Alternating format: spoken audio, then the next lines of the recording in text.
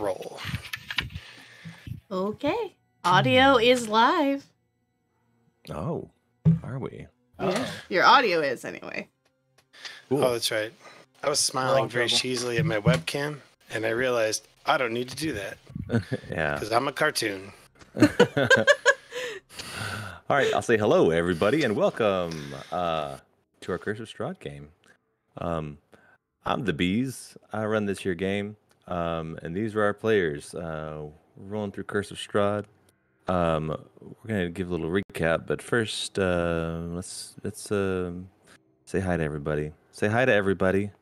Hi to everybody. Hi, everybody. There you go.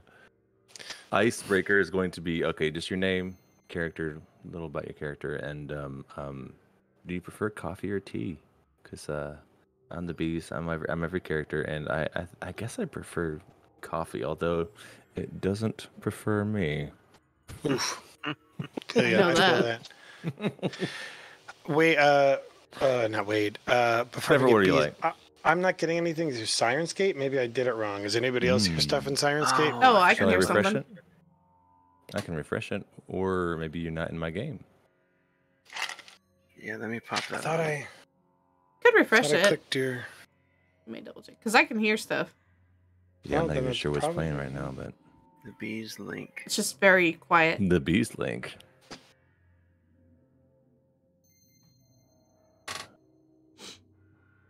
I mean, Yeah. it starts with like super dramatic music. I had some pretty chill sounds going. It I is feel bad. very I ominous. grounded us to a halt. Sorry about that. It's quite all right. You can go first, Frank. Tell us about your character. And Cool. yourself. Well, hi there. My name is the Prankster, and I play Paul.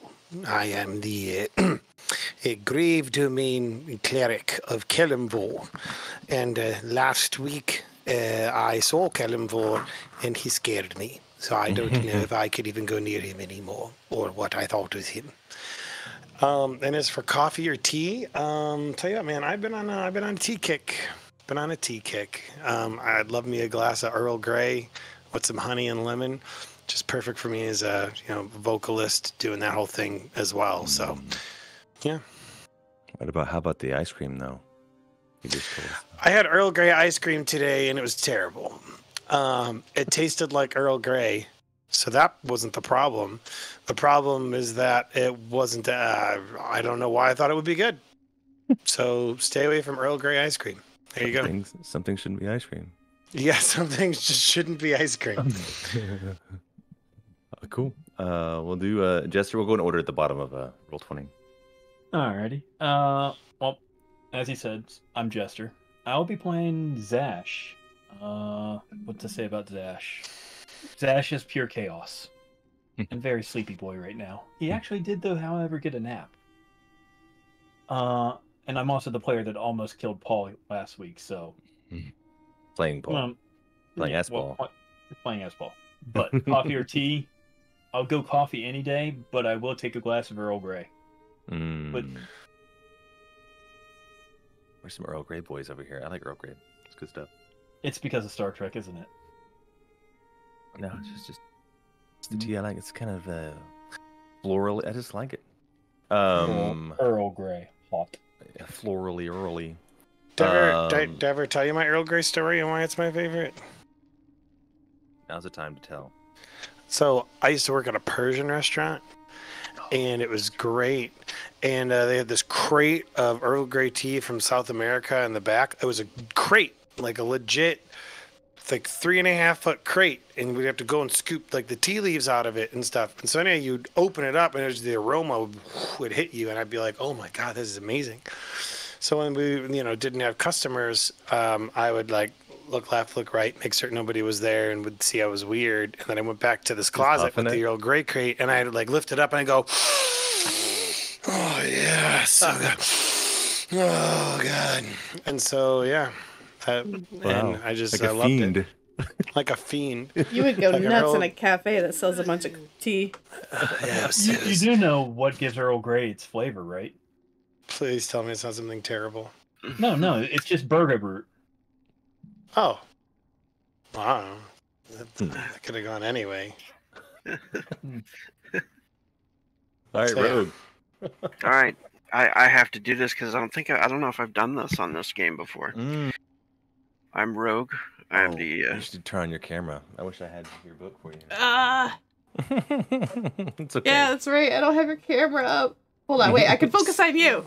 There we is go. my camera. Oh, You're- here we go. You're in the Now you're on DM stream. screen. Now you're on stream. There we Oh, go. okay, We cool. can see. I'm Rogue, and I'm the creator of Demon Gate, the dark fantasy tabletop RPG. There you And, go. Legit. Yeah.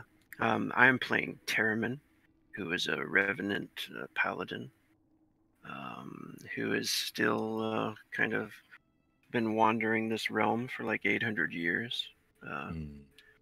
and we're still kind of finding out about. So, I don't want to give anything away. Yeah. But yeah, I would say coffee, of course. Like I'm a fiend for coffee. Awesome. Yeah. And Minnie. Yeah, I'm Minnie. She plays it. The one who's done the art for the channel, and the one who is currently streaming the thing and trying to run all the production work. I play Camila. Camila has a little bit of a dark side. You know, she has a warlock. But yeah, as far as drink goes, I have been a coffee fiend for the longest time, but I am slowly trying to transition to tea because it is healthier. And I discovered today that tea is actually very good when you add a little bit of cream to it. Oh, yeah. Yeah, for sure. Europeans know what's up. Awesome. Okay. I suppose at this point, it's time for a little recap, everybody. I put 5, although this was episode 6 we just finished. Let me double fix that text. All right. Previously on Curse of Strahd. After slaying the abbot, the party meets a new ally in Esmeralda Davenir, a Vistana woman who seems to be on a parallel mission to kill Strahd, or at least to find her former mentor, famed monster hunter Rudolf van Richten, whom she believes to be hiding somewhere in Barovia, presumably hunting Strahd as one of the most legendary monsters ever. A skilled monster hunter herself, Esmeralda shares her knowledge of night hags and werewolves with the party, and offers to assist the party where she can. She also assists Camila in decrypting the magical text in the ancient artifact they found in the Abbey, the Tome of Strahd. After the two of them spend a full day together struggling to translate the first few pages of the book, the entire party is magically transported into the text, living as actual characters in Strahd's past. At first, suddenly bathed in the blinding sunlight and summer heat in the courtyard of a faraway kingdom, they encounter a young Strahd around age 11. I guess I can bring it to the map just for visual effect. I still have it here. There we go. They encounter young Strahd around age 11. The party realize they are inhabiting the bodies of fellow children, although not noble as the young prince. They are given a lecture by a mysterious nun who seems distracted. She is more interested in the young prince than in giving religious lessons. Paul, in his child body, approaches the boy, who has been badly beaten by his adult sword fighting instructor. Through a fairly transparent veneer of classism and arrogance and bravado, the young Prince Strahd eventually confesses his anxiety over becoming strong enough to make his parents proud and protecting his soon-to-be-born baby brother. Strahd, being trained by his father's advisor, Rahadin the Elf, whom the party recognizes to still serve at Strahd's side centuries later. In their next reading, the party is magically taken into a battle scene. Now inhabiting the bodies of military officers, they advise an adult Lord Commander Strahd in a foreign land, debating strategies to defeat a stubborn band of paladins.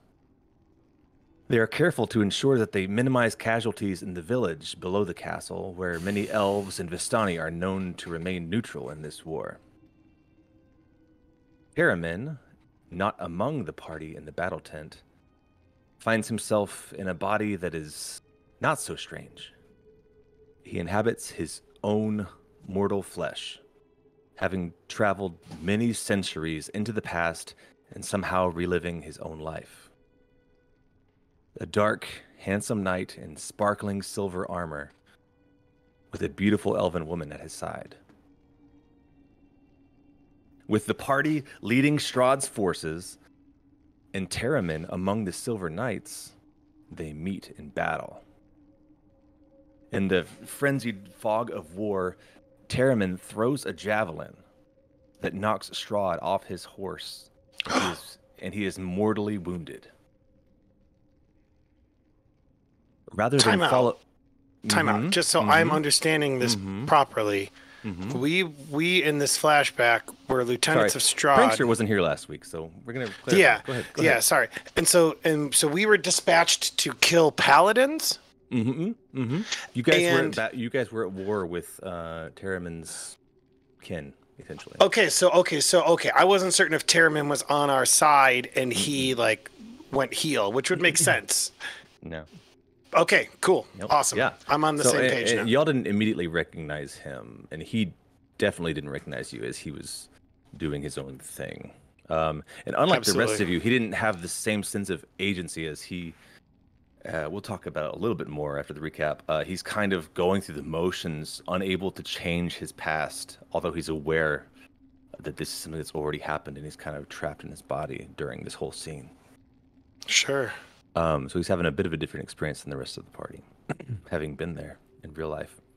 So after he dramatically, Strahd is knocked to the ground, unconscious and bleeding out on the battlefield, Teramin believes he may have killed Strahd in life. Rather than follow through with his kill, Teramin is convinced by his beloved to flee with her. The party, as they fight, witness several Vistani emerge from the mist to rescue the fallen lord. Also, over the course of the fight, wild magic courses through Camilla's body. She rolls a natural 100 on her wild magic sword. Yeah, that happened. Yeah. And a terrifying mound of undead bodies. Let me get back to that map. There's a zombie clot. Terrifying mound of undead bodies move as one zombie clot, suddenly emerging from the ground on the battlefield as it begins swarming over the Silver Paladins. Seeing her chance to finish off Strahd, Esmeralda moves to try and stop the Vistani from reviving him, but she is magically repelled by the mists, as though this event were destined. As Strahd is revived, he pledges a life debt to the Vistani people. It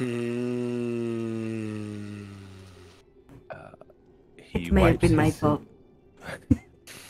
He wipes his eyes in disbelief to see what can only be described as a mountain of undead flesh miraculously appearing with the single purpose of devouring his silver-clad enemies. The entire party is then swallowed up by the mists, then in darkness, and they open their eyes back in the guest quarters of the Abbey. The first-person account appears to have been written in the tome in faded text from centuries ago by Strahd's own hand, from his own perspective, describing the events exactly as they happened. So before we return to that room, that's where we ended our session. Before we return to the Abbey, I want to stay here for just a moment to check in with Terramin. Again, his experience is very different from the rest of you. You have the disorienting effect of like, where am I? I'm on Strahd's team. I've got to do this. Like, I guess I'm gonna help Strahd's army because that's my job. And you've had some sense of agency, although there is a bit of like, what can I do? What can I really change here? What can happen? Terramin, however, is brought back to life, and it's disorienting for him in a whole different way, where it's like flashes of memories of meeting this elven woman. The two of them, exchanging glances and stealing moments, kissing, him in his resplendent armor, meeting her family and kind of being rejected by the elves, like you don't belong here. Fights with her over whether or not he should continue in the war against Strahd's army.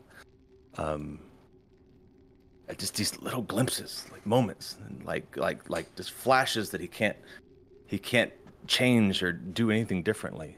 And he finds himself suddenly in this battle, chucking a javelin, remembering, holy shit, I think I killed Strahd. I didn't kill Strahd. Like, no, what happened? But he can't stop. And then he's with her, and she's dragging him away. And he struggles with all these memories. I'm sorry, you wrote a little blurb, Rogue. If you wanted to just read the blurb, we can kind of, just to get a little insight of how you feel, what was going on with you through all this. Yeah, that'd be cool. Nom nom nom nom. And I'll close it up after you. You can just want to check in with you first. Yeah, I could. If you want to read, you can. You don't have to. Just to give you a chance. Yeah, let me read that. That'd be cool. Where's my token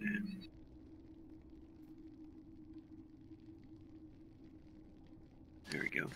So yeah, I guess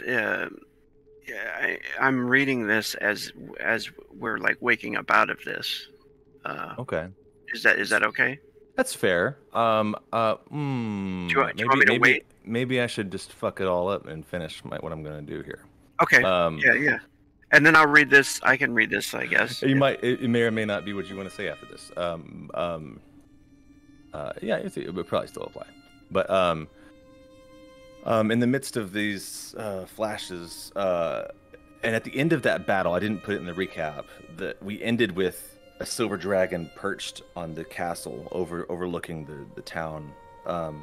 And you realize that this Order of the Silver Dragon is literally led by a silver dragon that just breathes fire over Strahd's army. So you got this big undead blob and fighting a bunch of silver paladins with a dragon.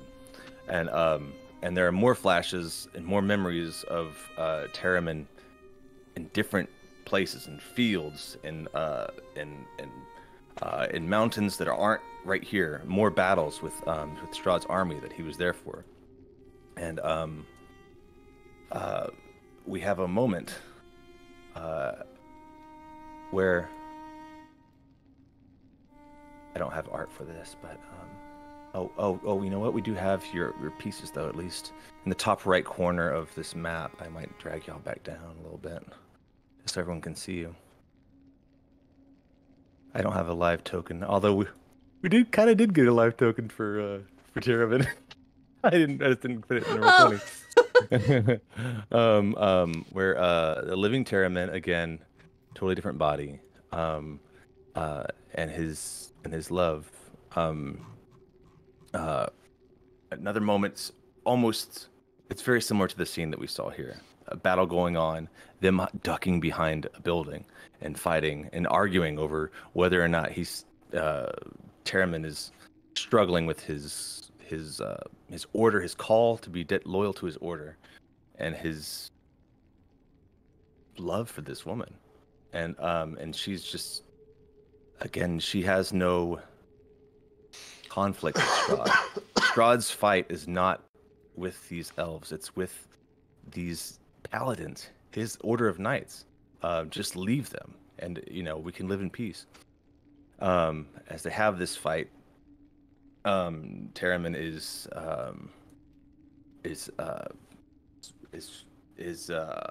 attacked again around the corner, slash right across his chest, and it is none other. You zoomed in on the top right corner here. Then Rahaden.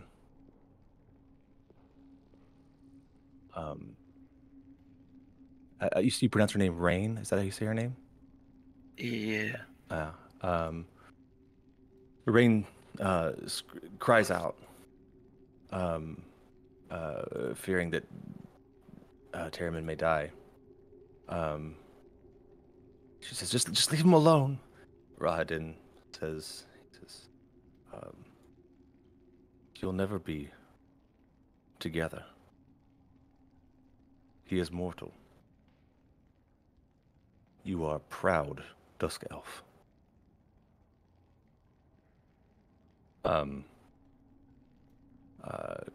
Terramin, gosh, I want to give you a moment here. What do you do? He stands over you. You are bleeding out. What do you do in this moment, Terramin? This is the end of your life. Yeah, he hasn't the strength to fight back, right? So, yeah. The attack has like knocked out all of his strength, and he can feel himself fading away. So, he just reaches for her in that moment, and he says, "I'm sorry," because he knows he wanted to leave with her. And that would be such a wonderful dream, right? To just leave and live a life with her without worrying about all of this war and all that other stuff and just running away. But he couldn't. The call of the duty was too strong. Yeah. So he apologizes to her. I'm sorry. She just screams, weeping, "No!" She says, "No, you idiot! Why didn't we run?" And she just grabbing your hands, but they go soft, and she realizes you're gone. She shakes you. She says, "Why couldn't we be together? You chose this over me. You chose this." She takes your sword, just puts it on your chest, throws her hands over it. And you chose this over me. And your hands are just your dead hands just grasped over your silver sword on your chest as you breathe your last, just choking on blood. And your vision fades, and you awaken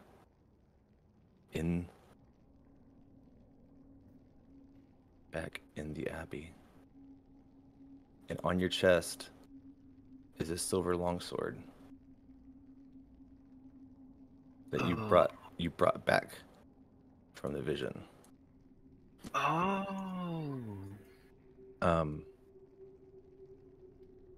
Nice. Now here we are in real time. You all shared this experience, except obviously Terramin had a bit of a wilder ride than the rest of you, but here we are. So none of us were privy to his vision, correct? No. Yes, although at some point in the battle, every single one of you rolled like awesome insight checks or perception checks, and you like identified him. Like, holy shit, that's Terramin!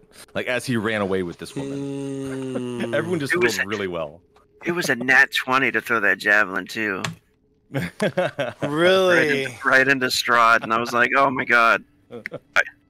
Knowing, I don't think at the time, I don't think he knew like how cool that would have been. Yeah. But...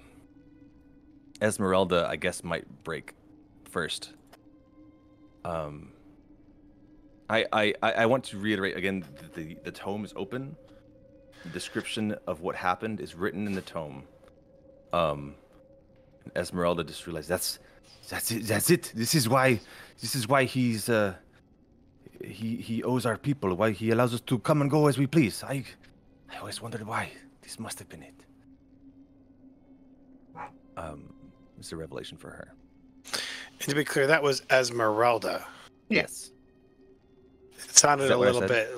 Yeah. It sounded a little bit like you were trying to imitate Camilla. So that's why I just wasn't certain.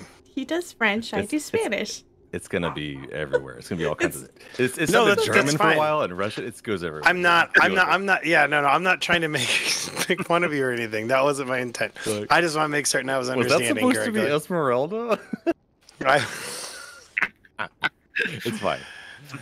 How did the rest of you feel? What do you say? What do you? How do you feel as you emerge from this vision? So, oh, go ahead, Paul. I'll let you go. Oh, go ahead, ladies first. Okay. Well, when you guys look over to where Camila is, or was, on the bed, you see nothing but black, tarry substance and a very light-framed skeleton. And when she comes to, the skeleton lets out this horrible shriek. Ah! And the skeleton, or skull, snaps towards you, Paul, and begins to shape up, form into this mass, this feminine but still inhuman mass that begins to reach towards you. You distracted her. He was right there. I'm sorry. What? You took away my kill. He was right there. Camilla, I don't think there was any changing the events. I think we saw what had happened. We did not see what could be. Change or not, the taste of his death would have been so fulfilling. You don't even understand. They would have been so pleased with me. Did you not see the power that they granted to me? The power that I had? I love the voice effect. It's so good. Who would have been so pleased with you? Oh, the great one. Great one. Who? And don't call me Camilla. I cannot stand her. She is far too weak. You distracted her. I cannot believe sentimentalities kept her from taking that death, that kill from me. And you. She looks over at Terriman. You're just as bad. You let that kill get away. For what? For a woman. For love. Love is so stupid. Yeah, he's still looking at his hands, and he's looking at the sword in his hands, and he looks up when she's talking to him. And he doesn't respond back or anything because he's still totally in shock. But he shakes his head, and he says, I could not change anything. Would you not have reveled in the taste of his death? The sweet sensation of his spirit leaving his corpse behind. You know, it would not have been real. You say that, but you forget. The last time we returned from the book, she had injured herself. It was from when she tried to awaken. As that thought does kind of hit Paul, and he and I assume we look at Terriman, and do we see the sword? Is it readily available for us to all see? Yeah, it's got fresh blood on it, and it's shiny. This was like an artifact, but it's brand new in his possession. We don't know that it's necessarily Yeah, I mean, you just know he's got a brand new silver sword. Yeah. I mean, you might recognize it from the battle you just came from. A bunch of shiny swords in there. And he suddenly got one. Can Somehow Paul this- go ahead? Oh yeah, he's still looking at it right, and he holds it up and he says, "I had no hatred for him when I cast the javelin, not as I do now that I've awoken. I could not change anything, and yet somehow this traveled here with me."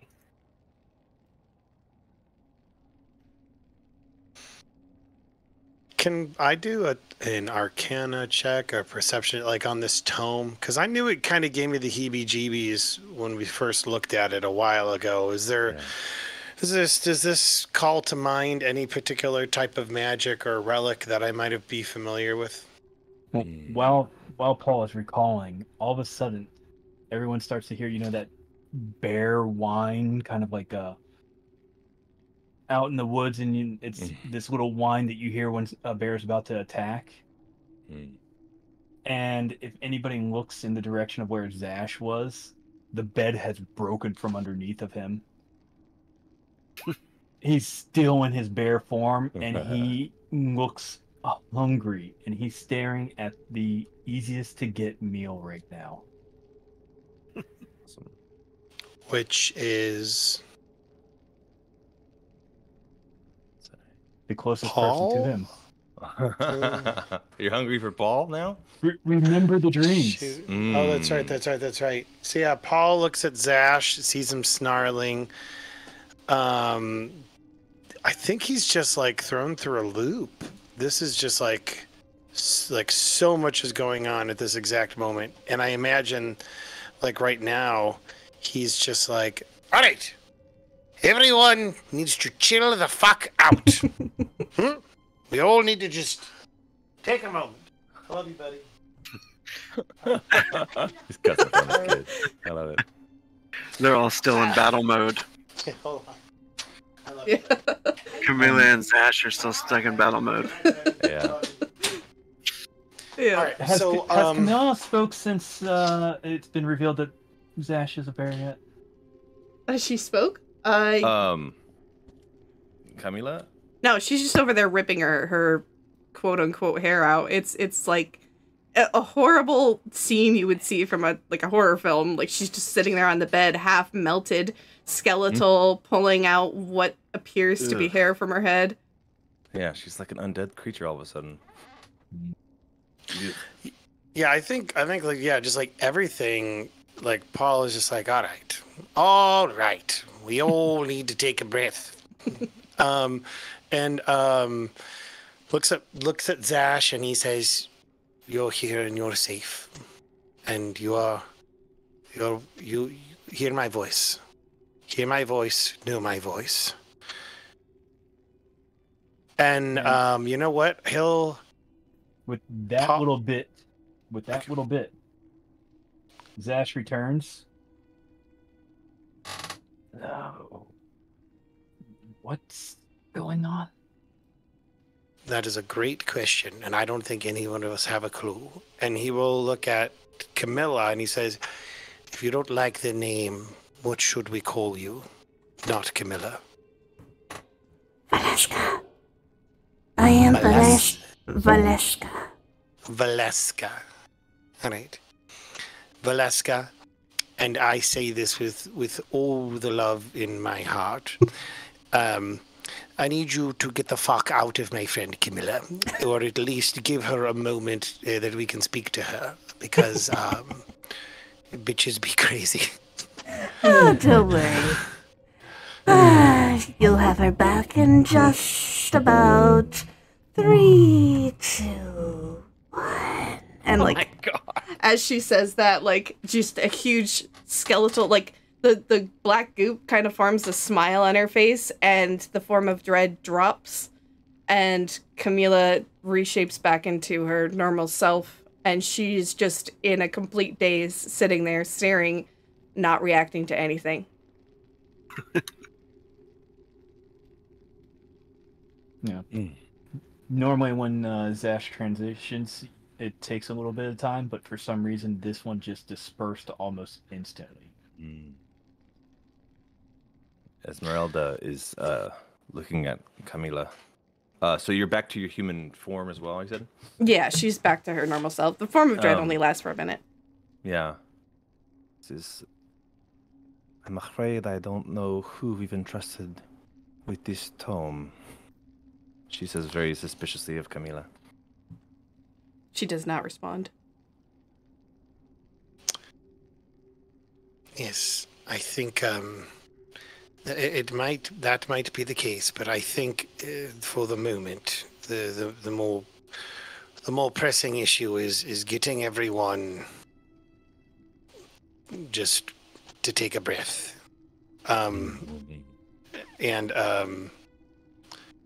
So Paul knows that, like, what's going on with his own faith, with Kellamvor, and seeing the angel die. And he's like, all right. Look, the only way we're going to get through this is reminding one another we are not crazy. We're not crazy, and this place does funny things. We know that this place does funny things because we killed an angel who was so beyond where he should be that it was wrong. This place does funny things, so I'll just take a breath. And I think he's saying that not only to, like, chill everybody else out, but to kind of calm himself down, because I think he's kind of nervous just hearing everybody just what's going on. Sorry about that. It's so good. It's so good. Terramin is locked in his stunned state, still looking at the sword and just being like distraught. Maybe, I don't know. It's kind of like a mixture, maybe. Yeah. Zash right now is trying to pull whatever he can from the broken bed to make himself a new bed and lay back down. Yeah, again, Zash woke up fairly refreshed for once in his life. And then he was immediately sucked into this vision.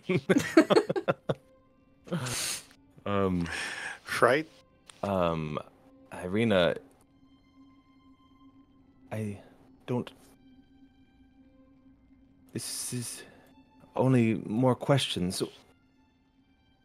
Why? Why does he pursue me?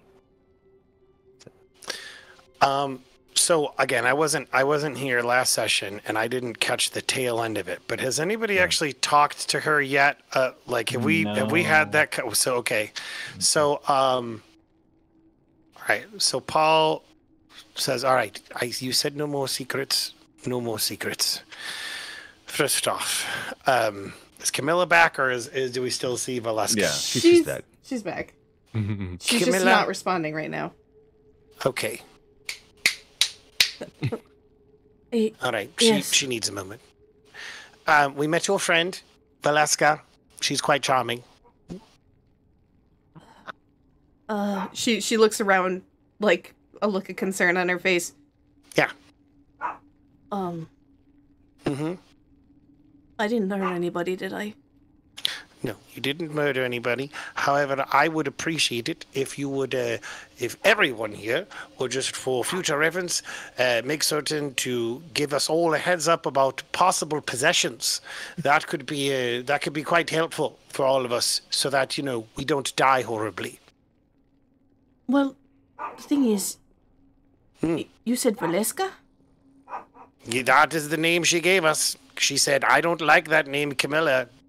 She said very mean, nasty things about you, and I said, I don't like when people say mean, nasty things about my friends. And frankly, I don't. It's just mean, right? Just awful. And I'm sorry. I don't normally know what happens. Everything just kind of goes black. We all have our demons. You very literally have your own demons. You died. I died with the sword in my hand. Yeah. Irina and Esmeralda are kind of shocked.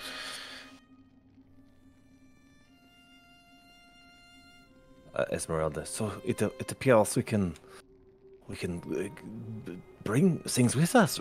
We can steal things from the past. Perhaps. Zash surprisingly looks at her in a unzash-like and goes, maybe only if you have a personal connection. Perhaps. It is worth more study. Again, just for the setting, if you will.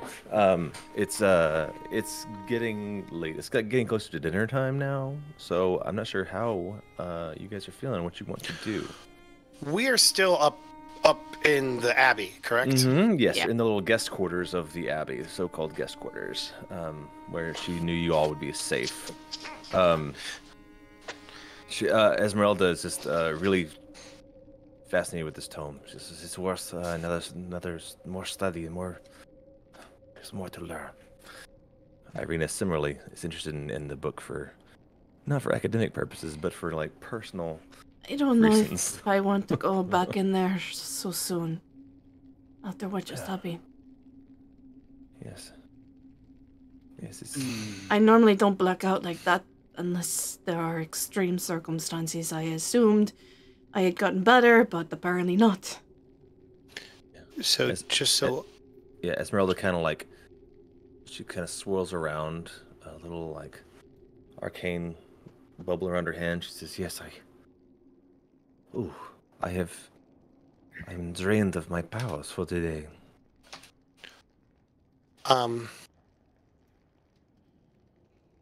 do you remember anything that you saw while you were there, Camilla?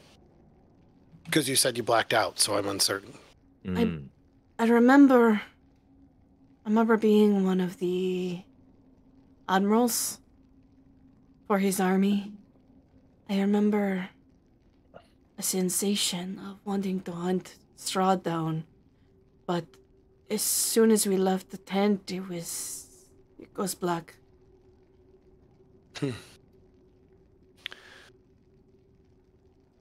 Paul will regale everything that he remembers. And I say that mostly because I wasn't present, so I'm All the things. all the things. He regales all the things. Paul, are you okay, by the way? I Am I okay? sort of remember you screaming out in pain. Oh yeah, am I okay? Because you were saying that like when we get jacked up in the dream, we carry that with us, right? And I got jacked up, right? Yeah, I guess you were healed because your tokens should reflect. What I happened? think we did heal him.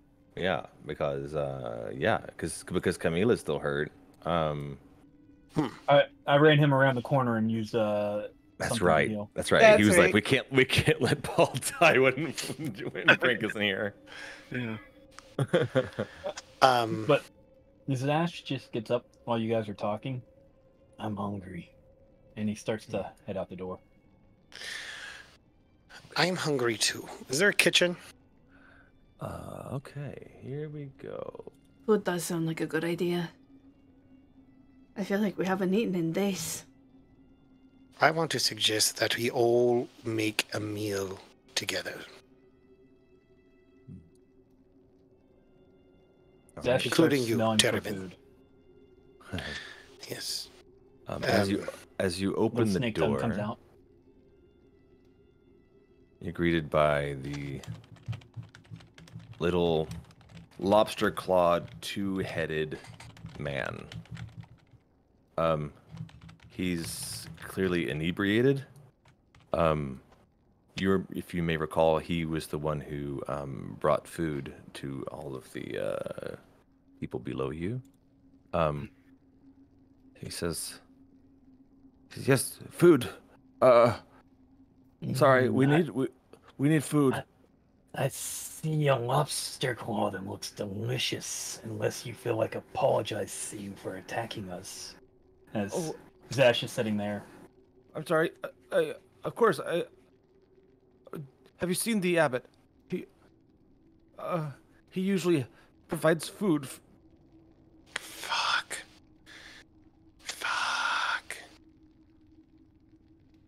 They're very hungry. Where does he provide the food from?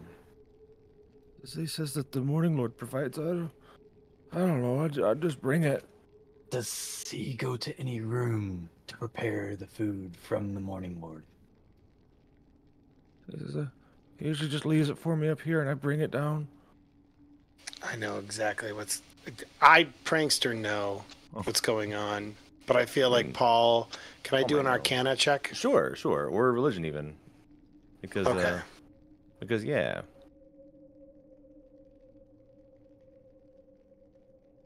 I mean, sure. I mean, you feel like he just had a magical way of providing food to the residents. Yes, I feel like he had a. Yes. I'm sorry. I'm sorry. I was listening at the door. I heard you guys are hungry because they're all hungry too, and I didn't want to interrupt. I know that the abbot was with you, and I didn't want to interrupt. Where did the abbot go? Is there a kitchen? No kitchen. Just wine cellar. For now, bring all the wine that you can to these creatures. Well, that's the other thing. We're low on wine. Because you stole all of it. I My gosh. Bring them what is left. Okay. Oh, yes, sir. Yeah, like drunkenly. Again, he's had some wine, but he says that they're low. right. As he leaves, you see there's a couple of empty wine bottles that he left at the entry to the door. As he runs away, more wine. So what do we do? Camilla, do you have the ability to create food or water? Unfortunately not. Termin, do you? I have 10 rations. Right. I have no need of them. It is a band-aid on a gaping wound, my friend. Because they're just going to get hungry again in Do we just... 8 hours. If we leave them here, they will probably prey on the villagers if they are carnivores. Are there Alright. any corpses here? Okay. Alright, I can help, I think. So, bees, I wasn't here. Mhm. But I do have create food and water as a level 3 spell. But I also wasn't here to prepare. Right, that's true. I told Jester specifically to make sure that you prepare Magic Circle. Okay. I don't know what you're going to prepare, but make sure that one's prepared because Esmeralda told you that would be very helpful if you were fighting night hags. All right. So here, and that guy's out of earshot. He's gone. Yeah, he ran away to go look for more wine. I don't know. I don't see any, but I'll go look again. So Paul will drop his voice down to a whisper so only our friends can hear, and he says, all right, you have a problem. I can indefinitely probably create enough food and water for these people, but it would require a daily trip, and I don't know if I'm capable of that. The unfortunate issue is that we have an abbot filled with monsters in an unknowing village down below. And my fear is that if we cannot regularly take care of this, they will kill the village. And what if we just feed them once and fill it with poison? Zash, in a stroke of genius, goes, why don't we just get her to change into the form of the abbot, bringing these creatures to the people down below, and tell them they must adopt one creature per household. Oh my god. That, What is this, a poppy mill? Esmeralda, I don't think it wise to endanger this entire village. yeah, I think Paul will kind of like look towards Zash and essentially say, I do not know the reasons or the heart for why the abbot would have kept these men alive for so long, but you saw how they all acted at feeding time. Do I sense evil from them? Certainly some of them did give off that. Yeah, I'd say most of them. But evil's a funny thing in this game. Yeah. Yeah. I don't know what you mean. Maybe it's not so gray for a paladin though. But Yeah, but I was maybe it would thinking- be because I mean a lot of your friends would detect as evil too, of the old knights. So Right. Yeah. I don't know. Maybe there is room for gray in your world. I don't know. Esmeralda looks back to Camila. Says, I believe our possessed friend may have a good point. I have a Perhaps name, we can by dispose the of way. them. You can call me Camila.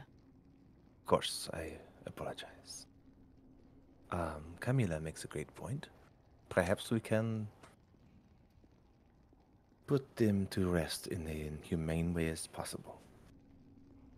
It might be for the best, because if we leave them here, they will attack the villagers. More than likely, the villagers will have to defend themselves, and either the villagers will die, or they will kill all of them anyway. Right, so I need to make a list. Right now, we need to eat. That's one. 2, we need to take care of this mongrel issue. 3, the hags need to die.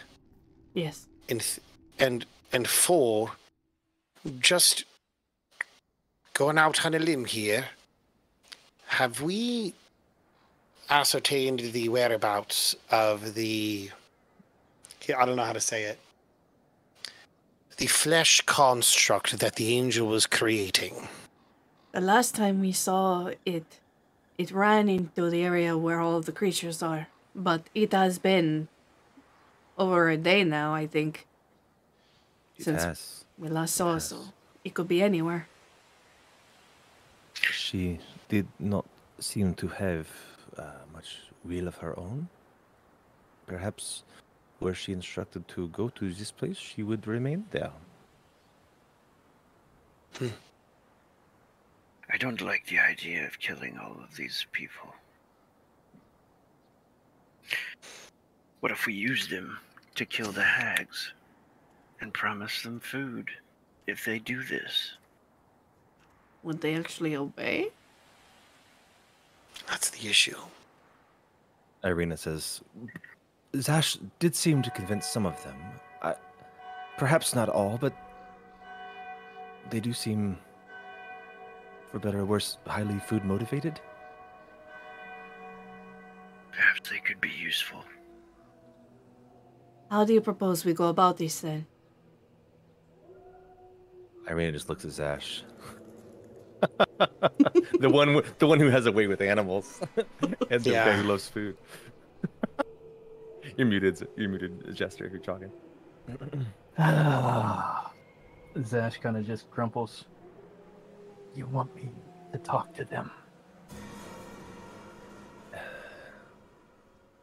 Esmeralda just kind of shakes her head, like, this is a terrible idea. If we are going to try to kill the hags, at least they could help. If they don't turn on us. Right. So, option 1, feeding them. Option 2, feeding them permanently. And he puts that in quotation marks. Option 3, somehow teaching them and getting them to work with the village below. Option 4, somehow using them in what they are capable of doing. Option 5. Give them to the night hags Ugh. as a peace offering. Holy shit. We are killing the night hags, aren't we not? That's what I thought. I cannot abide by them personally. I heard they kill children, so I am personally all for annihilating their asses. Well, first thing is first. So I do not have create food and water prepared. We have used a rule in the past where I could sacrifice 2 spell slots to get my most hot. That is up to you. Just throwing that out there. Yeah. I would let you do that. It's a big ask. I mean, you weren't here to prepare stuff, so it's hard to punish you for it. But it does seem a little meta. Like, would you prepare food and water? Well, yeah, no, and speaking frankly, I 100% would not have prepared create food and water, which is why I'm asking if I can sacrifice 2 spell slots. Yeah, that's a okay. Good. All right, so then I only have 1 level 3 spell slot left, and I look towards them. Actually, wait, maybe this is a ritual. No, it's not a ritual. How much? So How much does that? How much does that create? That's a great question. You create 45 pounds of food and 30 gallons of water on the ground or in containers within range, enough to sustain up to 15 humanoids or 5 steeds for 24 hours. The food is bland but nourishing and spoils if uneaten after 24 hours. The water is clean and doesn't go bad. So what I imagine, that's still not going to be enough for them. How many are there? You haven't seen yet, but it sounds like a lot. This is a. So I look at them and I say, this is a. First off, we need to eat, and so I will go down to like the. I just lead the way. What's in this room? I'm sorry, I'm counting. I see like lots of. Y'all don't know. You know that it sounds like more than 15. That's for sure. Okay. Sorry, I'm gonna go back to the map where you guys are. What's in what room now?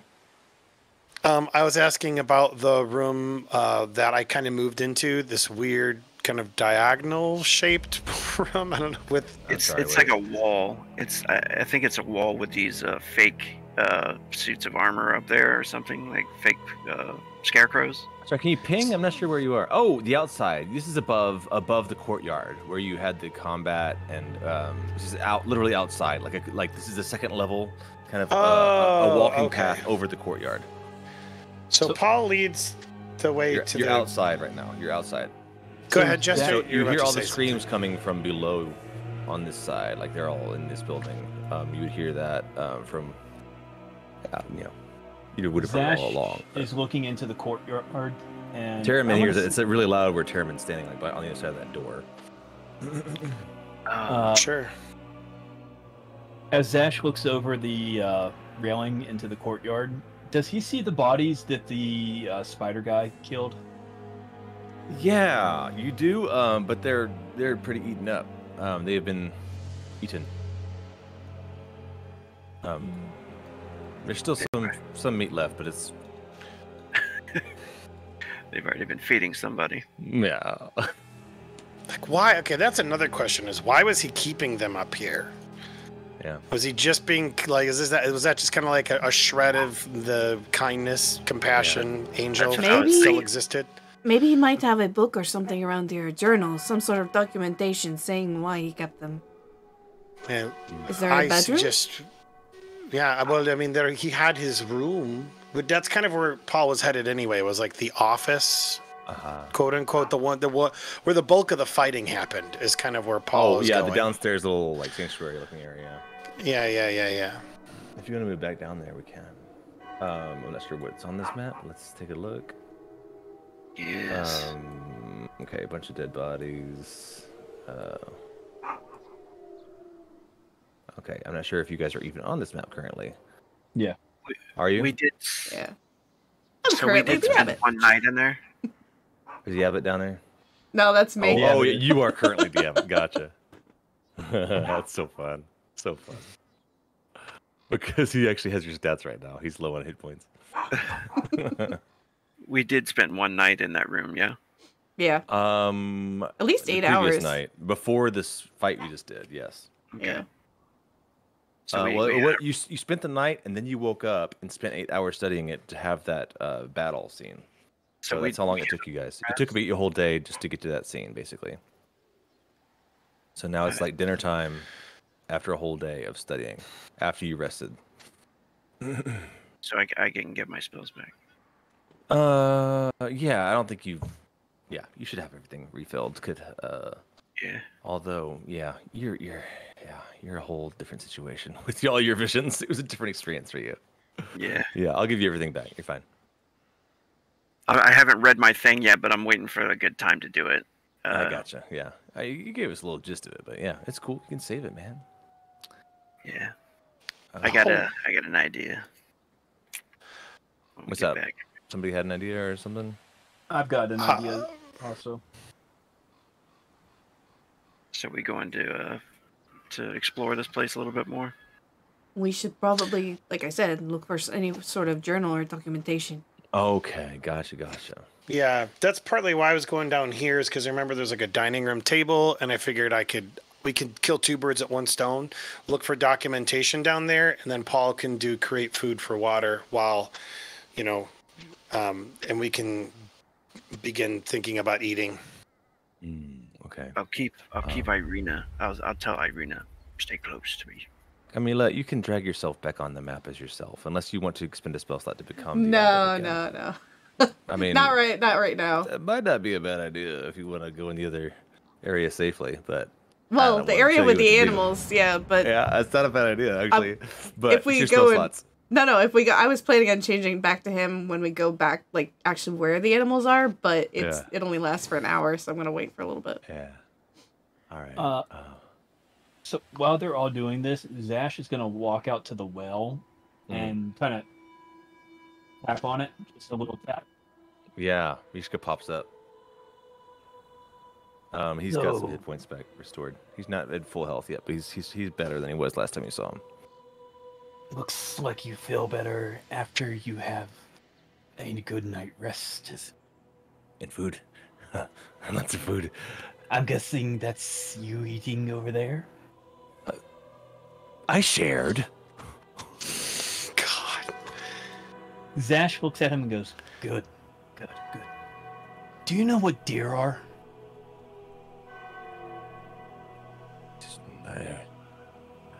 No, they're animals, aren't they?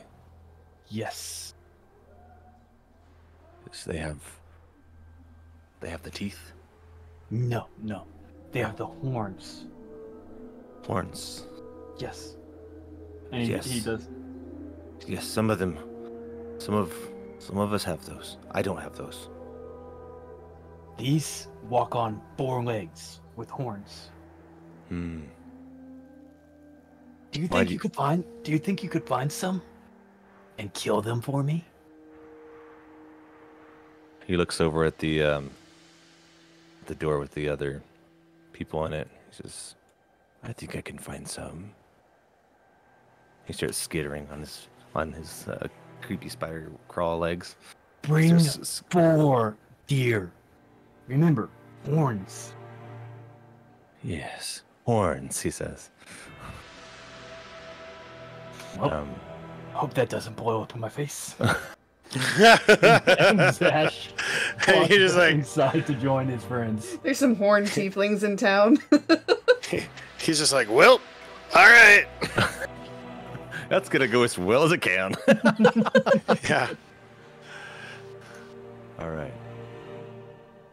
He goes in. He opens the door. You hear just shrieking of agony, like screaming out for food, animal wailing, and he slams the door behind him, and you hear some more screaming.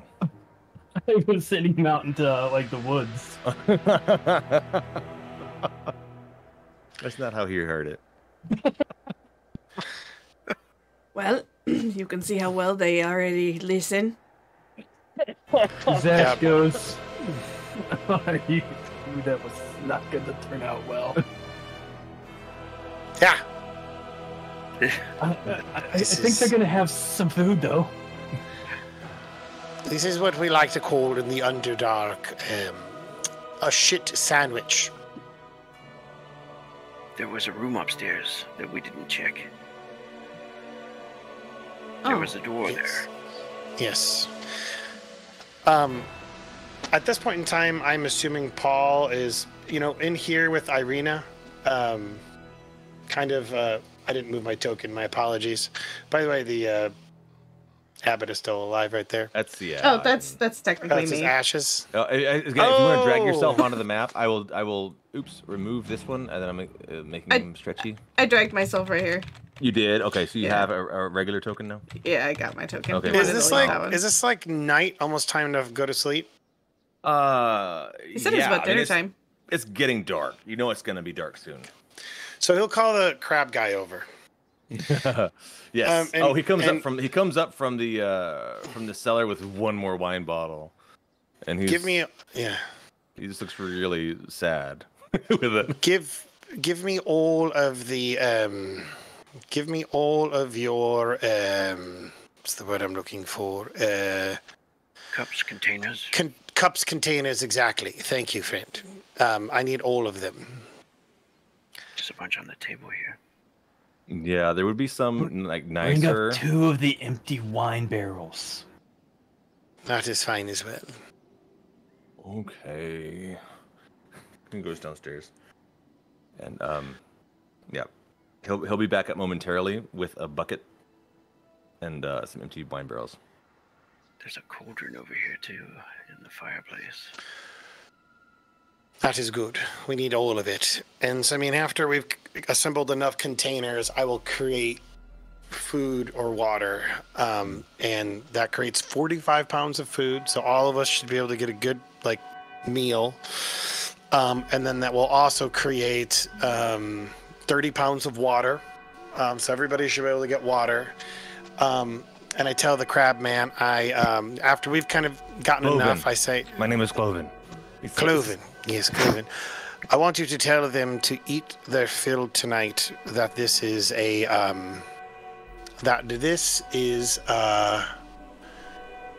feast. Tell them to enjoy themselves, to eat until they fall asleep.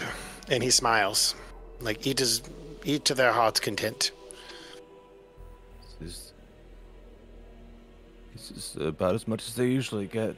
He says. Yes, I can prepare some more for tomorrow as well. He takes you presented it fairly nicely. He takes it all and he just dumps it in the bucket. That tracks. He just drags the bucket outside. Okay, they're gonna be hungry again. Yes, they will be. That is okay. He leaves the bucket downstairs and goes up and rings the door, the bell, and just shrieks it's scary how loud Can they I all sound. peek after him and see if I can get a good idea of what's on the inside? Are they all the same Sure. creature, and how many? Yeah, you can. I mean, if you can follow him if you want to. Well, I'm not following him Yeah, in, but more at a safe distance, kind of watching. Make sure that I put. I'm actually going to be doing the same as well. Okay. Just close enough where I could get a visual in the door when he goes in to feed them all. Okay. Yes. Great. Let me. Dynamic lighting. Oh, I've already opened it. Holy shit. I didn't realize I opened dynamic lighting earlier. Yeah, so you see there's a couple of them that will greet him right here at the door. And they're giddy. And they're like, yes, food. They jump all over him, and they're not all the same. Again, some of them have horns. Oh, You don't see your spider friend. At least not from if you're standing over here, you don't see it. These guys would also follow him in. Or they follow him in to eat. They all go in here.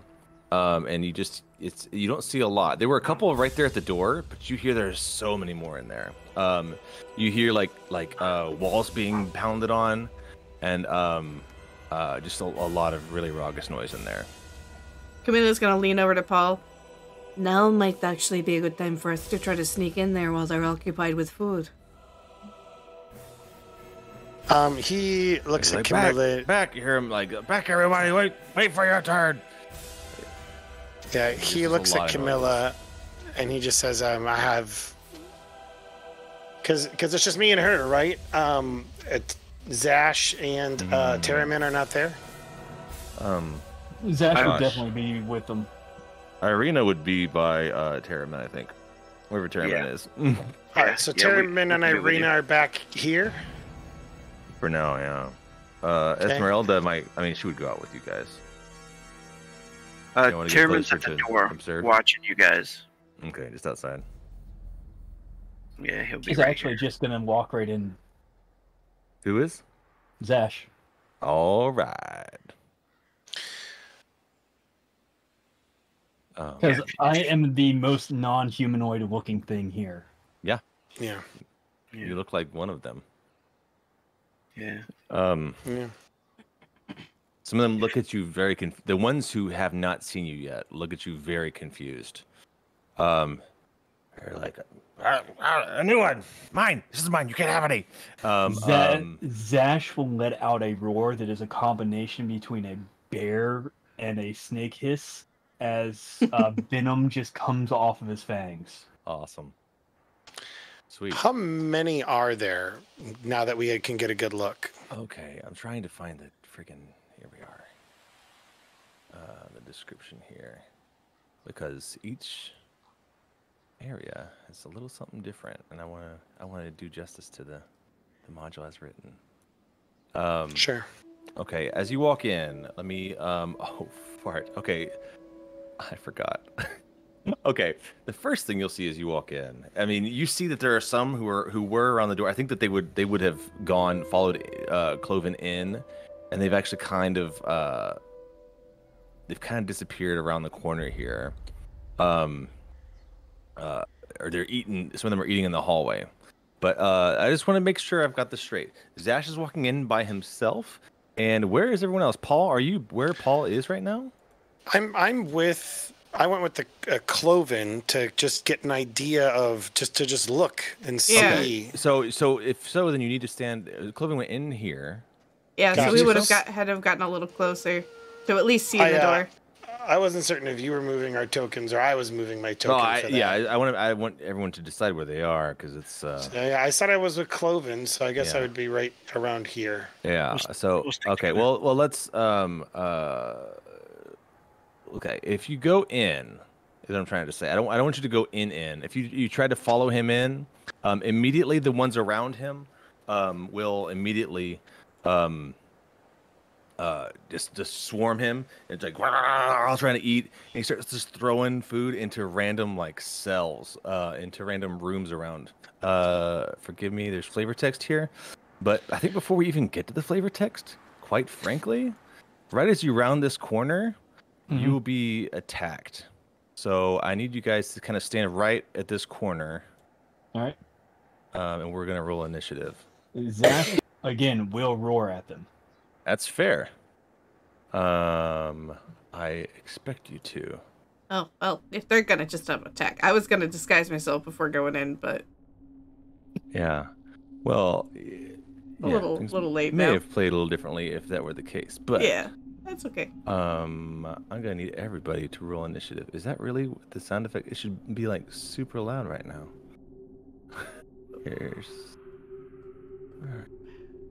Oh, here we go. Here we go. This is more like it.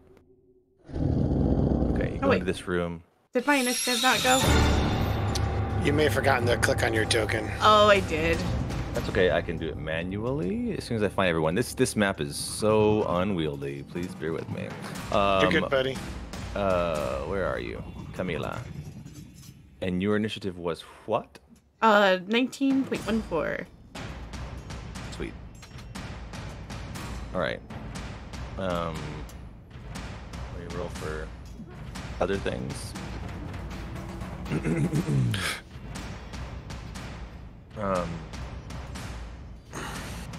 And Esmeralda's with you. You also have Irina with you. You want me to roll for Twice Irina? her.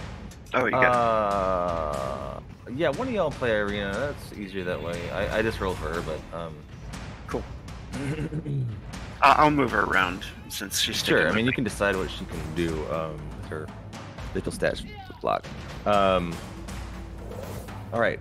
Let me just get a little taste of this.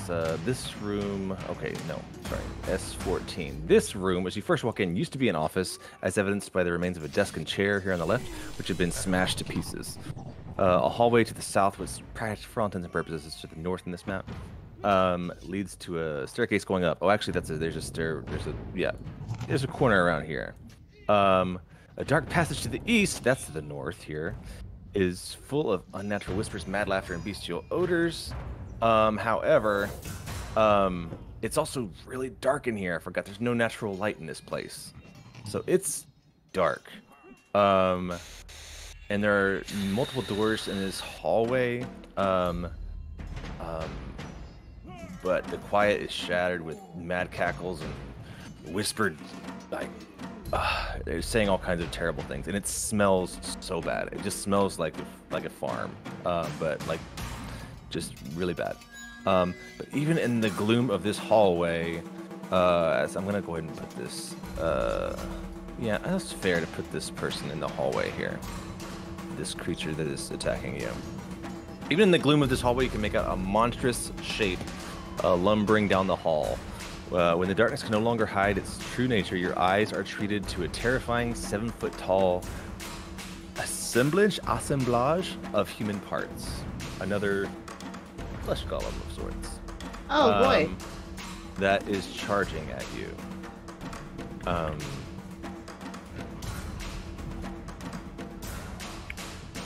So here we are. Yeah, that's happening right now. I'm sorry, let me arrange the, oh, I already did the tracker. Esmeralda would go first. Back here. 5, 10, 15, 20, 25. Ugh. Sucks. She might just call out, stay back. I told you this was a terrible idea. And she's going to just hold her action, I think, at this point, and where she stands. Camila? Crap, I'm too far. Really do much. Everyone just went right in. Well, if I was closer, I might try that, but so it's been way too soon. She's still kind of reeling after what happened in the book experience, so she can't really summon the form of dread at the moment. Probably hesitant to as well. She's very hesitant too. But I am gonna move the full 30 feet to get to the door to see what the heck is going on. I don't even think I can see any enemies from my current vantage point. I mean, you see the ones that you see I'm not sure what you can see. Oh, probably not from there. Yeah. Anything labeled Mongol folk is concentrating on food. The golem is the one looking at you guys and just kind of screaming. Okay. What I'll do is I'll summon forth the mirror behind me, which shatters, and cast mirror image. Shatters into 3 forms of myself, which step out of the reflection, and now there are 3 images of Camila. Awesome. I need to also roll a d20. Oh, yeah. I'm good. Yeah. Just oh, did you reset? You did I did. Of course. I did reset it, but yeah, it's not in your red bubble, of course. Now it's at 3. Okay. Great. Now this thing will just run up, just screaming. Similar horrible sound as Vasilka made, just a horrible otherworldly sound. Comes charging. 5, 10, 15. Yeah, okay, it's gonna attack Zash. With 2 just giant fists just coming at you. They slam attack. 1 and 2. The first one is just make sure I got all the That's weird. Okay, we're looking at all the things it can do. Okay, it's 15. Does a 15 hit Zash? Yes. Okay, that one's 13 points of bludgeoning damage. So half down to. Oh no, it's not even. Yeah, you're not raging yet. So 14. 13, and then the second one was at 20 to hit for 11 points of bludgeoning. All right. It just smashes you and just screaming. Like, again, this thing is not quite human. It's just really creepy. It just comes charging at you mindlessly. Zash. Zash, even though he just got rocked, looks down on the Jesus. ground Yeah, you're hurt. and sees his spider friend. Oh, yeah. And in the same snaky, raspy bear roar, he just screams out, "Who killed my spider?" And he, of course, goes, bonus action, Bear form. cloud shape, bear form. And at Takes the, me to very, shame. at the very moment that he drops down on all fours, and at this point he doesn't care that he just basically got rocked. This. Yeah, I'll stick you on the tracker and Zash's turn. Bear's Ash, which should be at 4. Oh, you just turned into a Bear's Ash? Mm-hmm. Yeah. Okay. Yeah, go ahead and fill him up. He is pissed that his little spider buddy just got killed. And he is going to do a multi-attack. First, trying to latch onto this thing's neck with its bite. 20? Oh my god. Yeah, that'll certainly hit. Nice. 20, it's a nat on the advantage side. If you had advantage. But you didn't declare that you were attacking recklessly, did you? Do you have that as barbarian yet? Yes, I didn't get that I eventually. do. But you didn't declare it, I don't think. No, I didn't declare it. That's just Alright. reading about it. Fair. And then I'll go ahead and claw. Alright. That's going to hit it as well. So it takes 11 plus 14. Takes all that damage. This thing is big and it's easy to hit. And Dash at this point is just roaring in this thing's face, as pissed as can be. Nice. Minus 15 also. Awesome. Yeah, you put some hurt on it, for sure. Bear's Ash is gone. Paul? Do you have any movement you want to do, or you're right there? Because you're mad, Zash. Anything else? Jester? No, I'm good. Okay. Paul. He sighs because this is kind of what he thought would happen. And so he just says, when you remember me, please do not weep. My body might not be there. It is chosen to sleep. I'm not that far away. And as he's like saying this, like you see his eyes kind of like start to glow and his hands start to go. I'm not that far away. My soul lives on, looking down, watching over you and everyone. And as that, he kind of utters that last word, incantation, as I've kind of described before, like a flood of faceless gnomes armed with scythes and daggers and swords come out of his chest as he casts Spiritual Guardian. 20 foot? 10 foot? I believe, let's go ahead. Let me go ahead and double check. So that's something I definitely would have prepared. It's actually something that Jester prepared for me too, so we're all good. 15-foot radius. Okay. Concentration for up to 10 minutes. Oh my god. I didn't realize it was 10 minutes. Holy smokes. As long as you can concentrate. Yeah, so yeah, he's as long as you can concentrate. So yeah, he's doing that, and he just maneuvers himself underneath Zash, because I think that's something I can do. When as you a cast a gnome. spell, you can designate any number of creatures you can see to be unaffected by it. Okay.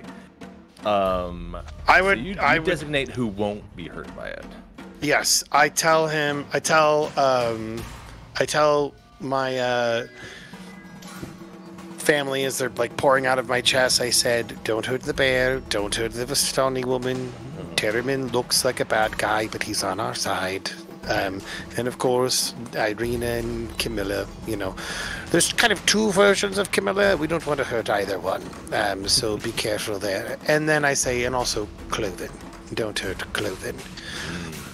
And then I say, it's time for us to put these men to rest. All right. And so that'll be my turn. Cast, move. Yeah. Cool.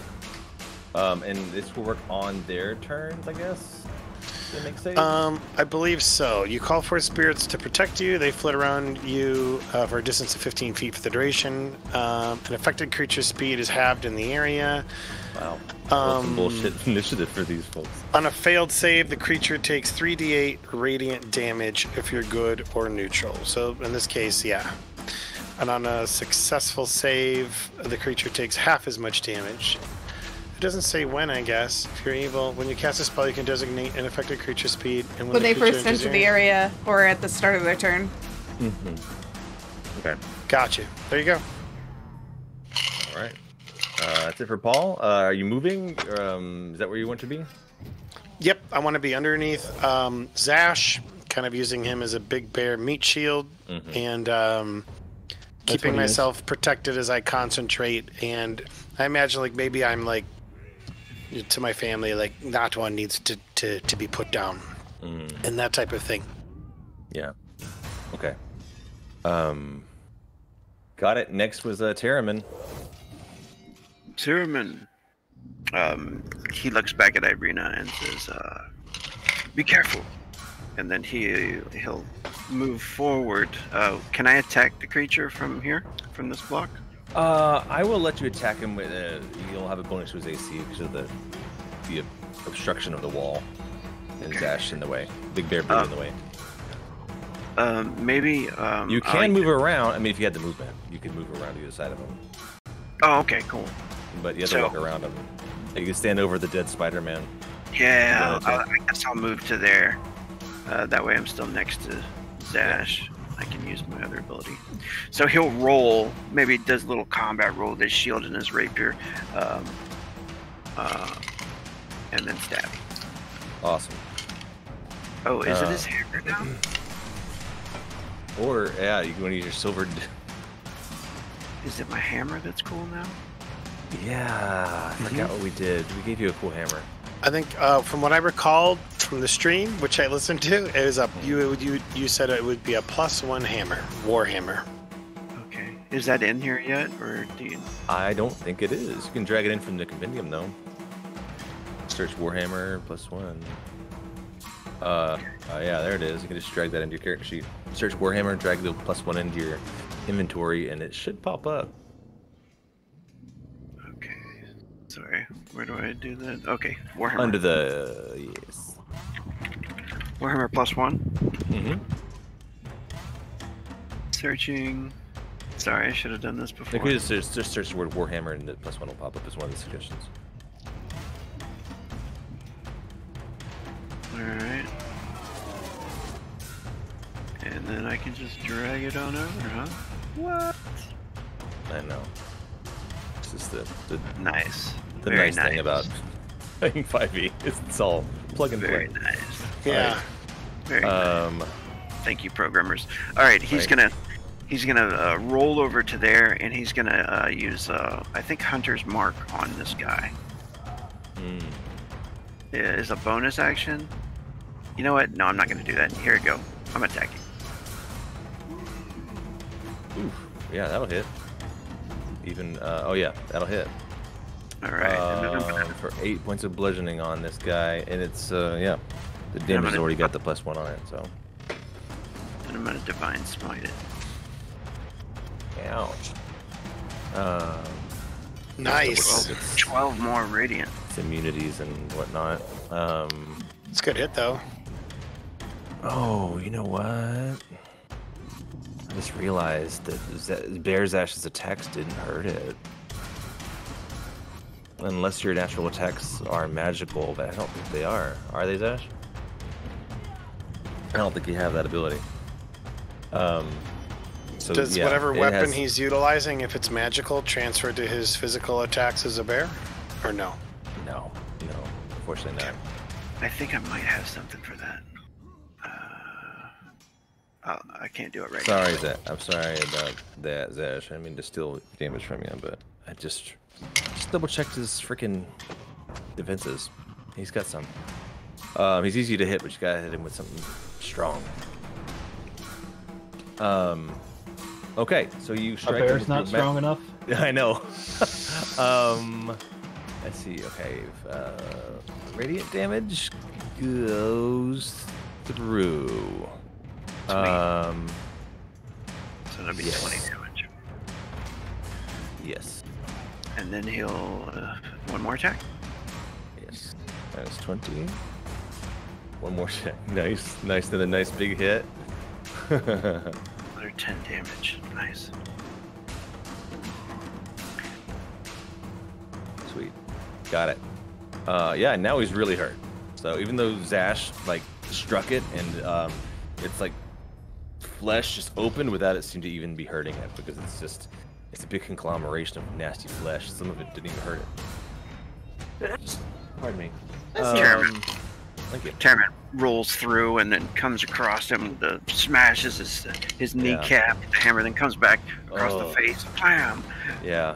And the magic and the radiance is like you can tell it screams out with that. Irina, boy, oh boy. Quick question. You Yes. said Esmeralda was holding an attack. Was there anything in particular she was reading? I was I don't think she's still holding. Okay. Just throw Because that I out didn't say that she had a spell prepared. It just wouldn't be fair. That's fair. Yeah, nothing came in melee range of her, so. Yeah. Plus, you guys haven't got it handled so far. So far. Irina, gosh, she's not even going in. She's staying out here. She says, Camila, please kill it. I'm doing what I can.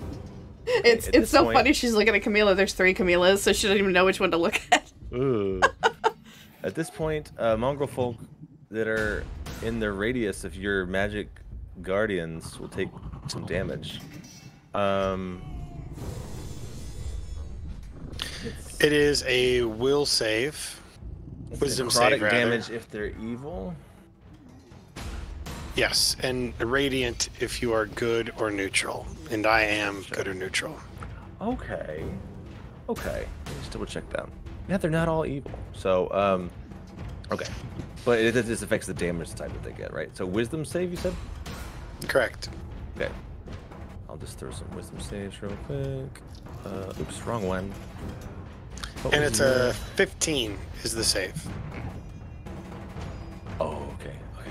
Wisdom, no, not that -1. And there's only one of them in range currently.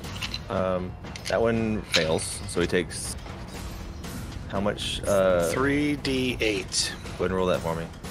6. All right. Hot Like behind the garbage. wall, you just hear it like, ow! He's trying to eat over there. Okay. That one's mad. That one's mad. All right. Round 2. Esmeralda will now. Gosh, what will she do? 5, 10, 15, 20. She's gonna stay on the other side of this golem and attack it with magic weapon because she realizes it needs it. And she has a stat block that I have ready. All right. Holy Lord! I forgot she has 3 attacks. She's so powerful, guys. 2 with her +1 rapier, and 1 with her chivalrous sword. Silver? No, she won't. She'll know better. Let me do a quick Arcana check for her. Will she know? Yes, she will. She'll know not to use a silver word, so she'll use the hand axe instead. Okay. She hit. Okay, 11 plus 7 plus 8. That is math. And to be clear, this creature right here that looks kind of human-esque, Mhm. that is the one that's the undead creature with a bunch of parts you were describing, correct? Yeah, it's not undead. It's a construct, but yes. That's Gotcha. what I call them. 11 plus 7. Okay, math. At this point in time, Paul would probably be able to ascertain that, given his previous knowledge, correct? Okay. Probably. You can see that this is very similar to Vasilka. It's just far less elegant. She just lit this thing the fuck up. This is why I didn't have her attack the first round. I'm sorry, you said this thing is similar to Vasilka, but just far Vasilka, less. not Valeska. Vasilka. Vasilka is the corpse bride. Yeah. Got you. I know. I was came like, up with her name before we came She up did. with Valesca. She didn't. She came up with the name before she met this. that's fair, that's fair. I was like, oh man, it's so close. Okay, Esmeralda has acted. She's just lit him up with some magic weapons. She's good. It's that Happy Gilmore. She's good. Camila. Okay. I'm going to. She'll give a quick glance to Irina. Please stay safe. 5, 10, 15, 20. I think right there I should get a good view. Can I see the creature through Zash? Where you stand, you can sort of see him. I mean, yeah. Maybe if You're I targeting move, for a spell, I'll let you. I can move a little bit more. Yeah, he's gonna get some cover, but again, he's fairly easy to hit. So they're both big. And so behind Zash, you see a warbling, like she'll like move her hands in a strange motion, and in between, almost like a Kamehameha ball of energy of all elements begins to warp and grow, and then shoots towards the creature. And I am shooting a Chaos Bolt at first level, and I am going to spend a sorcery point to shoot it again! Oh dear. Because I have Meta Magic Twin Spell. The first one's a crit fail. Oh, fiddlesticks. A crit fail and a crit success, but yeah, I'm gonna do it again. Come on, hit it this time, please. This is interesting. Okay. The first crit fail. Mhm. Okay, the next one's gonna hit, but the first crit fail says the card says quite the opposite. The target of your attack is infused with the damage type of this spell for the next 1d4 rounds. Each time they make an attack, they add 1d4 of that damage type. Which, So go ahead and roll speaking of the whatever you damage roll. type, I have to roll. I rolled 2d8, so Roll, yeah. hold on. Show spell. Like it has. You know what? It doesn't matter. You're gonna kill it. Oh, okay. Wait, or do you? Sorry, we don't speak too Oh. soon. What's your damage type? Roll. Well, the Chaos Bolt, it's supposed to tell me. It Alright, roll says, 2d8. yeah, I'll just roll the 2d8. Because you have to roll it separate on the. So, macro for it. it's the first either. one, it's infused with cold. Yep. Okay. The second one, you It's actually with- hit it. Poison. Poison, yeah. Okay. And poison, it is immune to. Oh, crap. Wait. It's immune to the poison condition, not to the poison damage. Yeah. Yeah, I think that's. Would that be right, though? I think it's gonna hurt. I think it's gonna kill it. If it's, I mean, the condition and the damage aren't the same. So I'm gonna just rule that you kill it. Okay. So yeah, it burbles down into an acidic bubble of Yeah. poison. Yeah, that just happens. That just happened. And you still hear like they're feasting like crazy in the background, and Paul's ancestors, families swirling around him, as someone on the other side of this wall is shrieking out like, "Oh, they're hurting me! These ghosts, where'd they come from?" What was that? But that's my turn.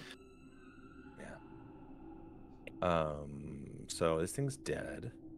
Zash, again, you're still surrounded by Paul's swirling ghosts, and He's used to it. You're still mad about your friend dying. I don't know, what do you do now? Oh, you're muted. Zash is going to move forward and start just attacking these little guys over here. Okay, are you gonna skip over Lobster Man? Lobster Man. Are you gonna skip over him, or? Yeah, I'm gonna skip over Lobster Man. All right. Zash sees Lobster Man as a pathetic little thing that he could crush anytime. But Zash is just running through these guys, just stomping down on them.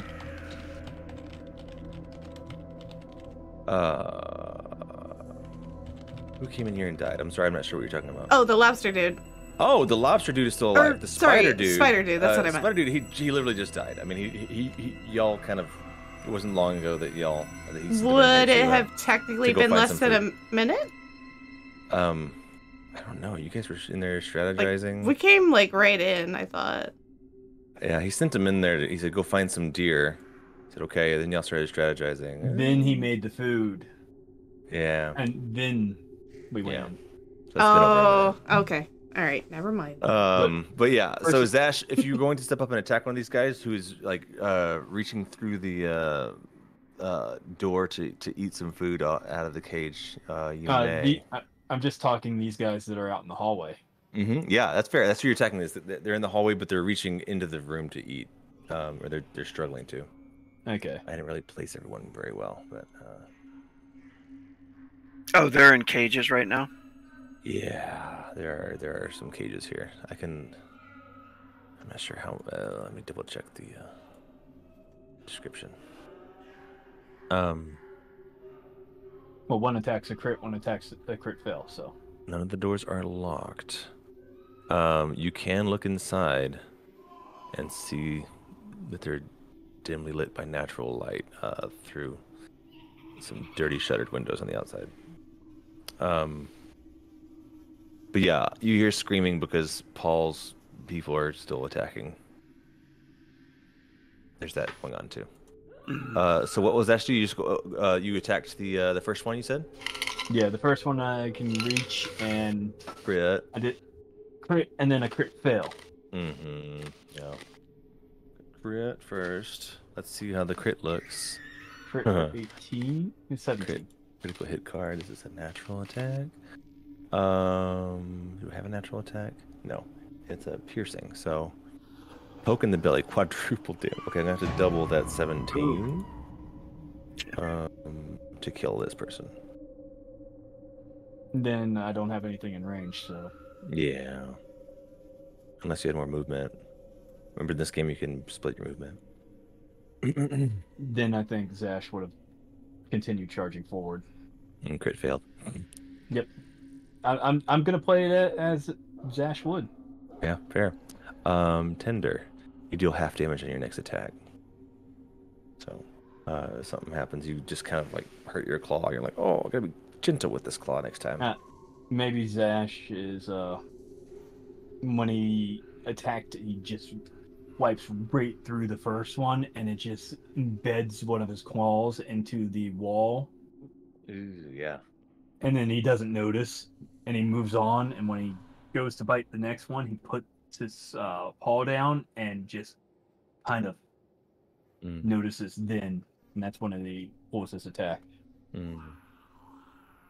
Okay. I like that. Paul, what do you do, sir? Paul is like, where Zash goes, I will follow. So 5, 10,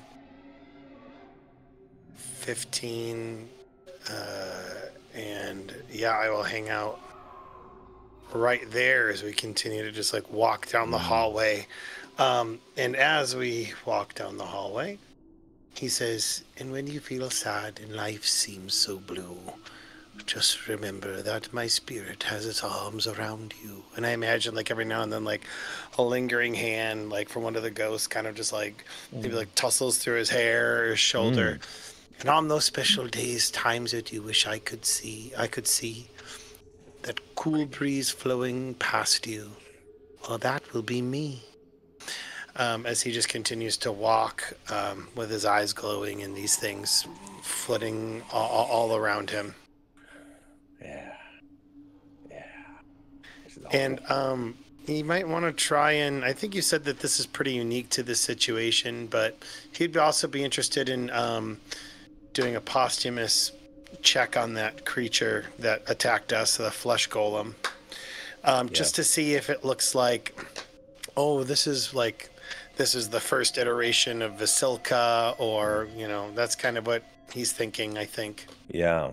I'm gonna let you roll a perception at disadvantage because there's still shrieking people all around you. Like you're. Sure. Yeah, for all intents and purposes, you're still in the midst of combat here, and it's. So I rolled a 2 and a 3. I mean, you Yikes. think it might. You think it might be. I mean, this might be a proto Vasilka, but it doesn't. It's horrible. It's. He's the abbot got a lot better. If this is a rough draft. Yeah, and I think the other thing that's kind of going through his mind is the false or weird Kelemvor in his dreams just saying kill, kill, kill, kill as this is kind of going on. And I imagine he's kind of like shaking his head and has this whole inner thing going on. For sure. Is it 3d8? Roll 3d8 for me. I'm not going to make you roll it for every one of the people who are being affected, but I do want you to roll 3d8 one time. Be 14. Okay. It's not bad. More streaks of pain. 338. It's, you know that there are creatures on the other side of these walls that are being slashed to death by your family. That's happening. I'm going to keep doing that. While Terramin, I'm sorry, was there anything else you didn't do in action? Or did you? No, oh, you know what? I suppose I could use a concentrate, move, and then I will use... Yeah, concentration's free as long as you don't get hit. Or you can just choose to stop if you want to, but... No, that's part of the reason why I'm sitting like one in back of Zash, to make it less for people to be able to hit me.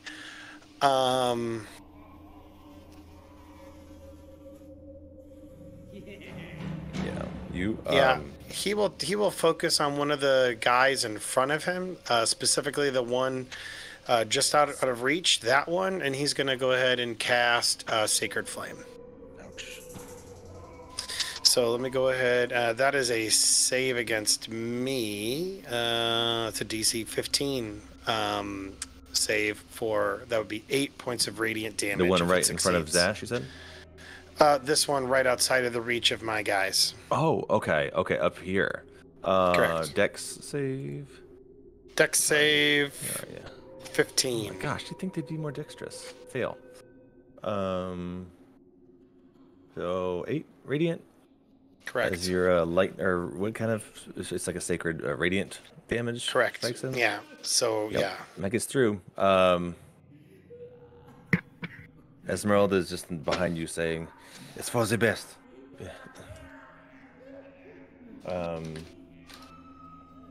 That's it for Paul? That is it for me. Terramin, you get the feeling that it's just shooting fish in a barrel at this point.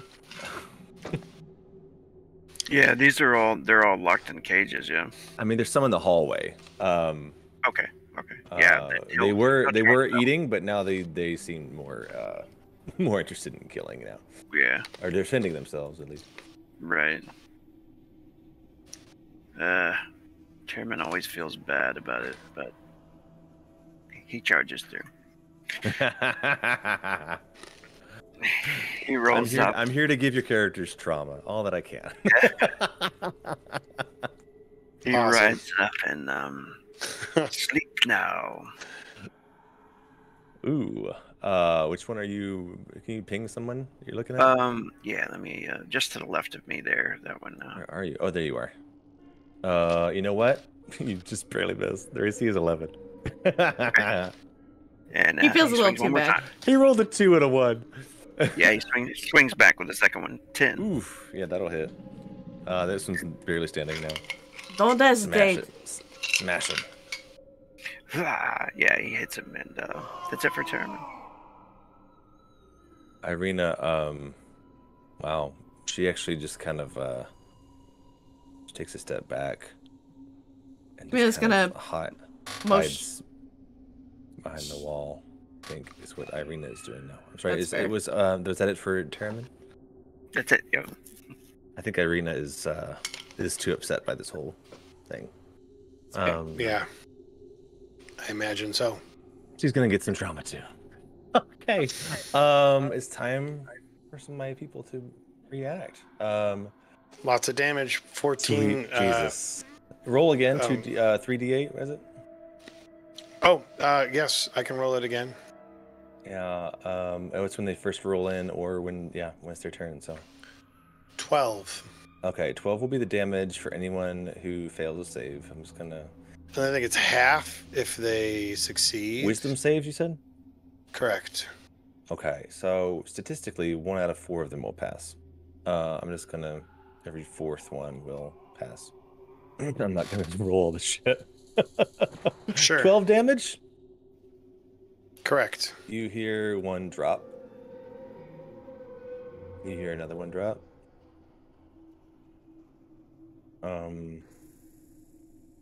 This one will drop.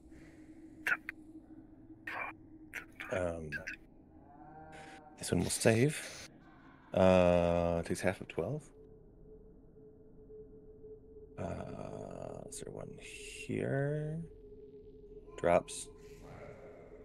Let the bodies hit the floor. Yeah, you're hearing Little just a bit. lot of, and it just, I keep in mind just the smell of this place too. It's just horrible.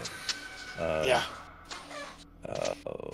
You feel like this is, yeah, this is the end of Old Yeller here. You're putting them to out of their misery, but it doesn't feel right. No, This one will 100%. pass. The flesh I'll golem pass that though. one. These ones don't. This one, yeah. These guys weren't immediately attacking. They were just trying to eat. But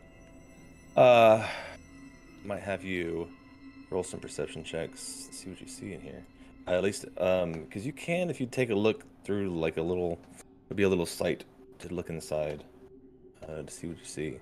You hear a lot of screaming behind the walls, but you hear. Sure. Zash, I don't think would notice because he's just in blind rage. Yeah. Okay, they've all rolled their saves and taken a bunch of damage. What will they do? Gosh. Let me read about this room again. Then this one. So gross. So gross. Hey, I got a 21 in perception. Not 20. Yeah. Terramin, you know that this room to the right was like packed solid, like just wall to wall with these creatures. It's got to smell so bad. You might see that there were bones on the ground of ones that were killed and eaten already.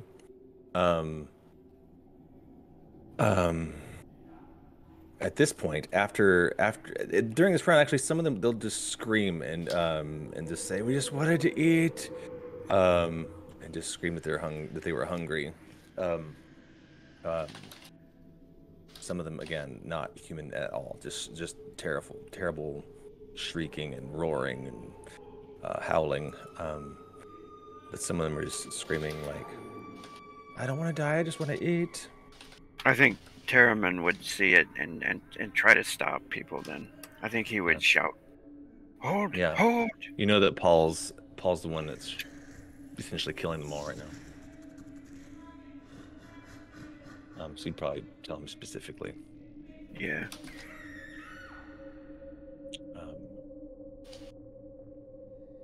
Yeah, Terramin. they're not going to come out and attack or anything. At least not from that room.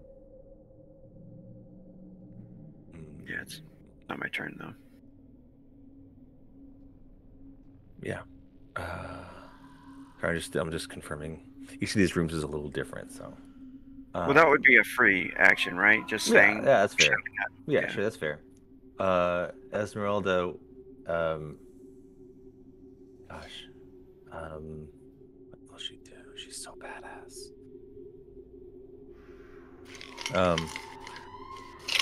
They are not human. Do not give in.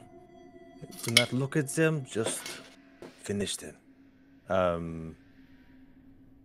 She'll come up to this door and she'll kick it open. Actually, that's what she'll do.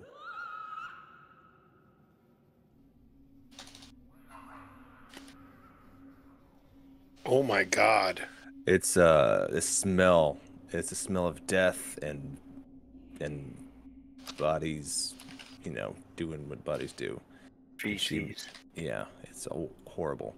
And she's just like she gags. She says, "I'm so sorry," and she she attacks the first one. Sorry, I shouldn't adjudicate all this. Doesn't quite kill it. She's gonna attack this one again. That'll kill it. First one's dead. She'll step in and attack the next one. I'm so sorry. I'm so sorry. She's just, this is miserable. She says, don't look, just finish them. She kills 2 of them in the doorway, and that's her turn. Can I, really quick, Yeah. have Terramin roll a persuasion? Because I kind of want to figure out if Camila would listen to the other Vistani or to Terramin, who she's been traveling with. To roll up persuasion checks? Yeah, just a persuasion check from Terramin to see if I listen to him and not attack, or if I listen to her and attack. Fair. Okay. Because I'm sitting here like, I don't know who to listen to, because Yeah, they're both really good. She's not proficient in persuasion, but she does have a +3 to charisma. Okay, I rolled a 22 on her charisma check. Okay, so that's Just another for the record. Vistani. She's already still like She makes a freaking compelling out. case. Yeah, she's freaking out. Can I She's disgusted. She's doing it, but she's disgusted. She's like, "Don't think about it. Just finish them." so she's gonna gently walk past. Oh, I can't really get in here. Can I Yeah, see it's a them from mess. this angle? I kind of want to just move bodies just so we can see a little better. But She'll it's- carefully stand over the spider guy without stepping on him. yeah. Will that get me an angle inside this room? I don't know. What do you see from your token perspective? I can see so yeah, I many mean, you of can them. see. Yeah, you can see that the. Yeah, I mean, you definitely get a smell, Plus, and you also see these ghosts swirling around, like slashing at anything they can reach. all right. Well, at first she hesitates for just a moment and looks over at Terramin and then winces. I'm sorry. They can't live. And she's gonna fire 2 Eldritch Blasts. Let me go ahead and fire those actually. The first one's gonna go towards this one in the hall next to him. Yeah, it's only fair that these guys that- attack back when she comes in. I'm sorry, go ahead, because they didn't Yeah. act on their turn, so I'm gonna have a couple attacks. Ooh, that was a crit. Go on. Oh wait, did it hit? I rolled an 8. I'm sorry. No, they're attacking Esmeralda, not you. So Oh, go ahead. gotcha. You rolled an 8 to hit. That will Yeah, miss. that was for the first one. Yeah. And then for the second one, Esmeralda is getting bitten and clawed at by these natural things. 20. Yeah, awesome. For, well, Ping only the one 7, you were but, targeting again? the one next to Terramin. Gotcha. Oh my gosh, yeah. Also- Oh, yeah. You only had 2 hit points left, so Oh, Yeah. you can describe your kill. so the Eldritch Blast crackles out of my arm like a electric snake, goes over and coils around it, and just you could just watch its eyes light up as it burns from the inside out. Horrible way to die. Also, did you want me to roll a d20 from my last spell? I forgot Yeah, to do you that. should. You should, yeah. Yeah. Just to see. Oh yeah, I'm still good. Gosh, go to the back. I'll roll this up. But that's my turn. Where is my claw gentleman? Cloven, where did he go? I'll be right back. Sure. I think Cloven also, I didn't roll initiative for Cloven. He should go on all of their turns. He will start to run away in fear of what's happening here. I'm sorry, I can't find him, but he's running away wherever he is. Because this map is a mess. Is he the one that's under Zash? Yes, he is. For some reason, I tried to push Zash to the back, but I cannot Here, I got Reach him. this guy. Come out of the way. Why? I want to stretch you. I want to move you. Thank you. He's running away in fear because he's afraid they're gonna attack him. He's like, I'm the food guy. They're always mad at me. I'm not gonna take an attack of opportunity. Yeah, he's running away. Well, oh yeah, I have a weapon now. That's right. Thank you, Zash. I gotta put that in my good notes. All right, that's Good good. That's notes. Camila. Now it's Zash's turn. If you like, I mean, we can kind of hand wave this initiative. we I mean, could. it is essentially shooting fish in a barrel. If that's what Zash, y'all. Zash is going how to you wanna charge proceed. forward. They will be and fighting you, but there'll be no match against you guys. It won't have to. I yeah. mean, if you guys want to hand Well, wave, we can hand wave. Yeah, I I've know got like Tyramin 30 was more of them against to it, kill. but And, we want to that's wait till true. Tyramin comes back. He's not here to. Oh, everyone's muted. Frank, you're muted. I want to give Rogue a moment to Yeah, that's fair. converse That's fair. with me when he comes Yeah, back. But I just want to yeah. make that clear. Okay, Zash, go ahead and we'll continue in initiative order until All right. do what Zash would do. Of course, Zash is charging forward.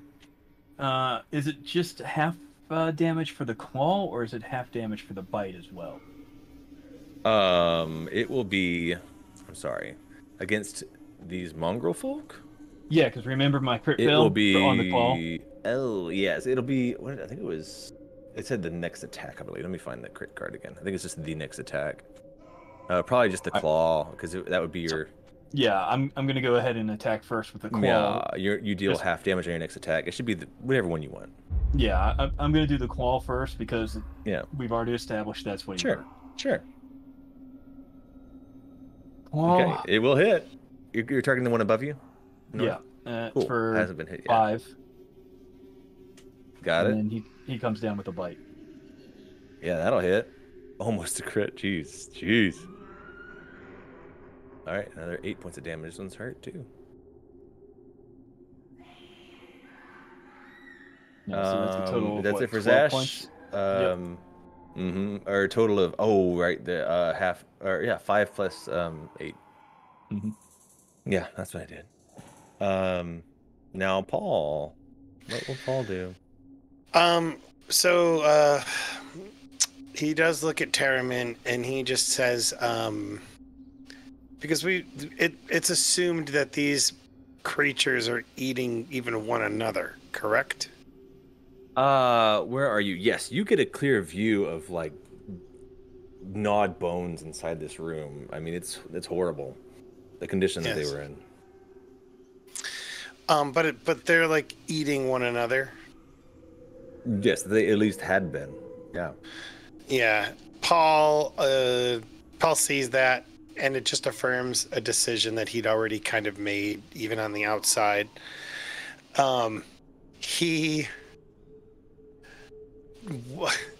What he was going to do. I actually messaged Camille about this while I'm trying to while I'm trying to wait for Rogue.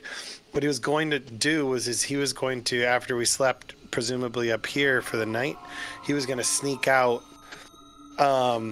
enter into here, and do the same exact thing but by himself. Oh, That's just walk why through and kill them all slowly. that's why he told them all to have a great, like, one big last great feast and sleep well. And he was gonna, tell them like slit their throats while they're sleeping. That might be like the best way to do it. Yeah. But this kind of like affirms that because he's like, we can't afford this. This is a ticking time bomb for the village below. Yeah. And so he would tell Terramin that he would essentially say, I've seen my fair share of people who are wounded and hurt, and I don't know if you've ever seen gangrene, but it begins to eat the person, the host. And he sees like all of these people, and he just says, this is the equivalent of gangrene. And this, while he was first repulsed by, I think, the dream that he had from Kellamvor, I think now he sees it as prophetic. Yeah. And Kill 'em he's all. just, and he's Yeah. like, this is his will. And he will, like, just walk through. I wish Terraman was here to respond, but that is what Paul's going to do, is just continually position himself to take them out. You know, you take a step to the left, you feel like you're not hitting much in the left. You're at least not with that range.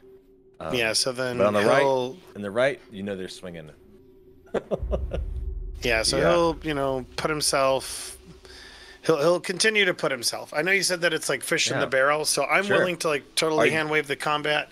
Yeah. In fact, I think one other thing that Paul would say is he would look back at everyone and he says, "Keep the doors closed, leave, and I will take care of this. My family and I can take care of this." And as long as Zash lets you keep up your concentration, if you can. Get he'll say, "Zash, a couple more in the hallway to protect me, protect me, and don't hurt your paw. I can see that you're hurting." He's like Aesop's fable. Oh, I got a thorn in my paw. Zash at this point is just still so angry about the spider guy that he's in it for the biscuit. He's in it to win it. Yeah.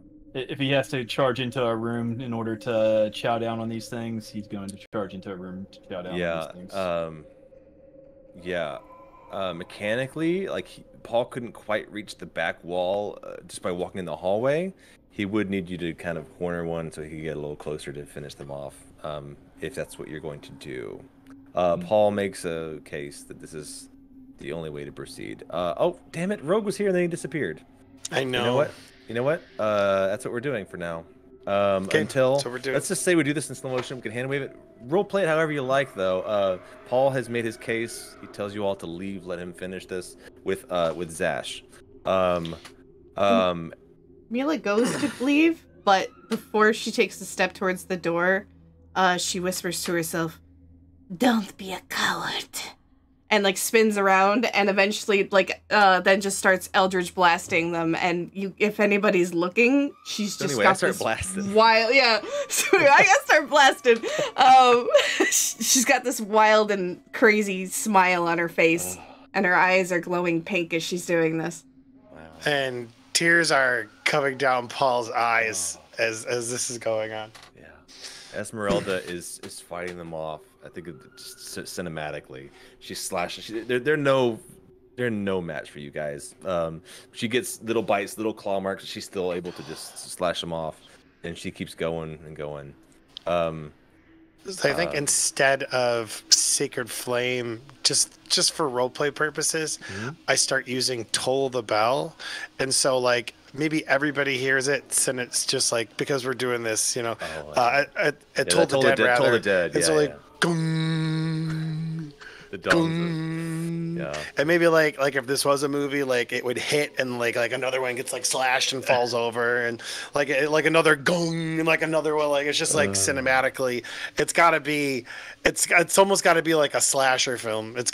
You know what it reminds me of? So Terraman can actually respond now if he so chooses, but Paul essentially made the case that these people are eating one another, and if we don't take care of this, they're going to kill the entire town of people below. We don't have the ability or the means to continue feeding these, and I don't think any of us would want to keep them in these conditions. This is the most humane thing to do. And he says that with like tears like coming down his cheeks as his like family's flitting around him. As blasts of electricity are flying behind him, lighting some up. And you just see Bear Zash ripping these things' necks open and slashing right down their chest. Don't worry, guys, it's humane. So if Terraman doesn't have anything to say about that, if Terraman doesn't have anything to say about this, Paul looks at him and he's just going to keep walking and letting his family do the job. As long as he stands behind Zash, he can keep concentrating and just letting his family just slit throats, their sides, and all kinds of crazy. Yeah, it's horrible. This is how does Terraman respond to that? How does Terraman handle this scene? Could I make it like a check? What would this be? Like a will save or something? A wisdom save? Wisdom save would be the equivalent. Yeah, I mean, let's say I mean, you are definitely outnumbered, but how do you handle it? Even if you do, disagree It's with how they're I handling would it? I would think of it as maybe like just a disgusted. He's probably done this before Yeah. in all 800 years of his existence. You know what I mean? At some time, being a soldier and wiping people out. It's not warfare. It's just slaughter, right? Yeah. I don't know. It's delicious death. He's yeah. God, He's very Camilla. cognizant. He's very Or he's very cognizant of it, at least, right? Of all the madness you've experienced, like this, you know exactly what you're doing right now. I mean, you're Needs gonna to be feel it. You're gonna feel it, the whole thing. Yeah. so Needs yeah, to if he says it needs to be done, so then Yeah. yeah, it looks Okay. it probably what it reminds me of is the end scene from Rogue One with Darth Vader. Yeah. Yeah. Gosh, these rooms, each room again has its own like flavor. So I kind of feel like this might be how we end. I'm gonna look at every little room, describe what it looks like as you clear them out. Again, that first room to the right is really the most horrific, where they were just packed wall to wall and they had literally eaten each other, and it just the floor is strewn with gnawed bones, and they were just begging for food. Let's see, the room to the left. Can I perhaps persuade you, instead of opening the doors, to maybe Uh-huh. delete the room dynamic lighting so we could just see the Oh, map? yeah. You know what? Yeah, we can do that. There's not a lot to see in the map besides a bunch of enemy tokens that I've been slowly Xing out. Sure. But yeah, I can delete the dynamic lighting. That's not a bad idea. There's nothing left to hide, so. Plus, I think it would give us a scope, an idea Oh. of scope for how many we've like actually taken out. Yeah. Oh my God! Yeah, it's a horror show. Are there baby ones or little Aw, ones? Good little babies. No. They're As pups. a matter of fact, so I want to do this one room at a time. So that was the room to the right. The room to the left, I'm just gonna do them one room at a time because I forget actually what's where. That was the room with the bed chamber. They were. One of them was holding something shiny. You might not bother to even look at it right away. You might inspect it further after the fact. The room right here was 8 of them, like normally would be capering about singing a rhyme. Again, so one of them is holding a gold statue, and they would sing a rhyme together if you ever came by like normally and you weren't attacked. And the rhyme that they would sing is I don't have a melody for you, but the devil dwells in his dark house upon the misty pillar. First he'll taste her blood. First he'll taste her sweet, sweet blood, and then he'll have to kill her. Oh. And they've got a gold statue that they're dancing, or that they would be dancing around there normally. The room to the left of that, across the hall. Sorry, it's like zigzagging the. Yes. 4 of them here would normally brawl amid the wreckage of this bedchamber, while a 5th watches and cackles behind a life-size painted wooden statue of a saintly woman in robes. So that's still in here. The little statue is still in here. We'll go to the room above that with these guys. There were 7 incanting mongrels here. They were seated in the middle of the room, forming a ring, like they were chanting some kind of spell. Like they were trying to do magic. There's no sign that it was doing anything. These across the hallway here. This is the one I wanted to change.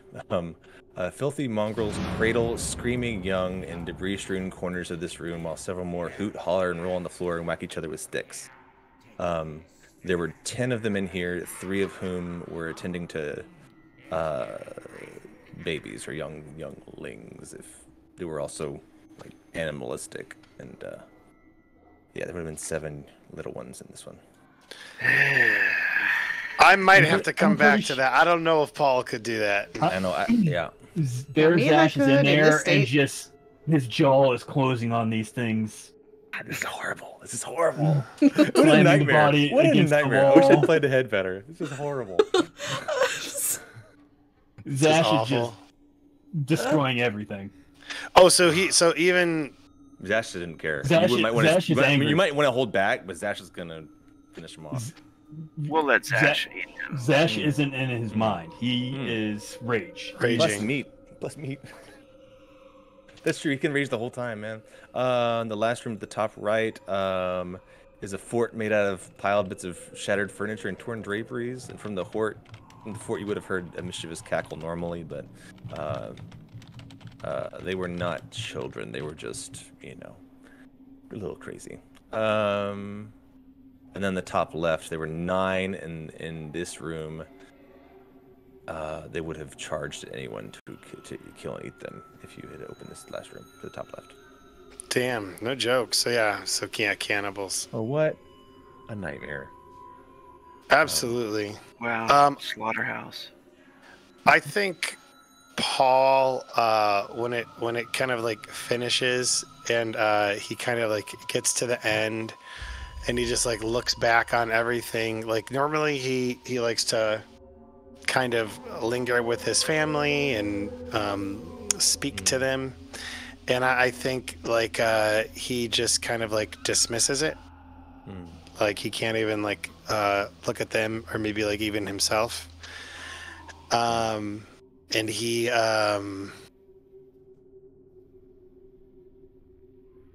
just like it's quiet. I imagine like all the screaming is replaced by like just this eerie quiet.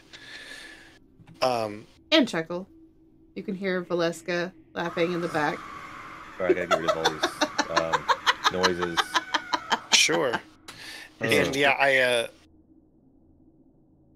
One more thing you would get. I mean, this is all you see here.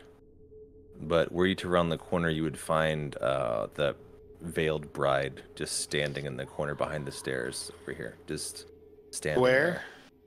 She'd be back here. Sorry, I can make her visible now. You guys Gotcha. weren't going that direction, so I didn't make her visible, but she would have been just hiding here. And literally standing there since she ran in here yesterday. so I couldn't. Yeah, go ahead. So Bear Zash just dripping in blood. Like it is blood Covered coming in- off of his face, down his fur and his Just scales. the slaughter in here for sure. Doo-doo all over him. There is no inkling of any spot that is clean on his body right now. He is just dripping with blood. And I think he would look. Let's say we get to the end of the hallway and we finish off the left-hand side last. Mhm. And Zash is in there. He comes out and he looks straight at Paul and Terramin. Mm. And he just looks like a pure beast. As he pauses and just watches you all for a split second. Let's see something.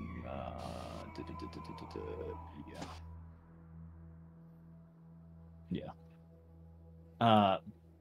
But instead he walks down, dripping blood behind him the whole way. And he goes to his little spider friend and gives him a little nudge. Mm.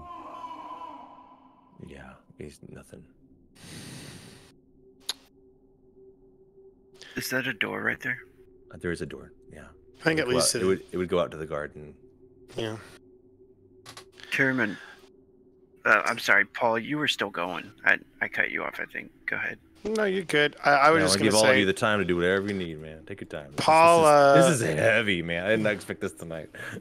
yeah, I think Paul. I did already not said he expect he turned off his spiritual guardians, and he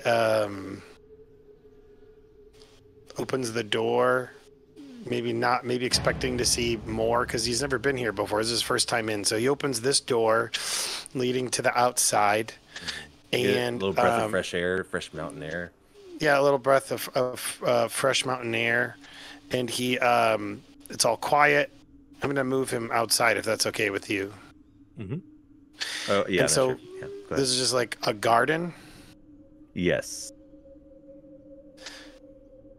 and I imagine like he just looks back at everyone, and he kind of like goes into the garden to just sit in the middle of it, and he just kind of like sits down, feels the mountain air, sits in the quiet, and he just is alone with his thoughts.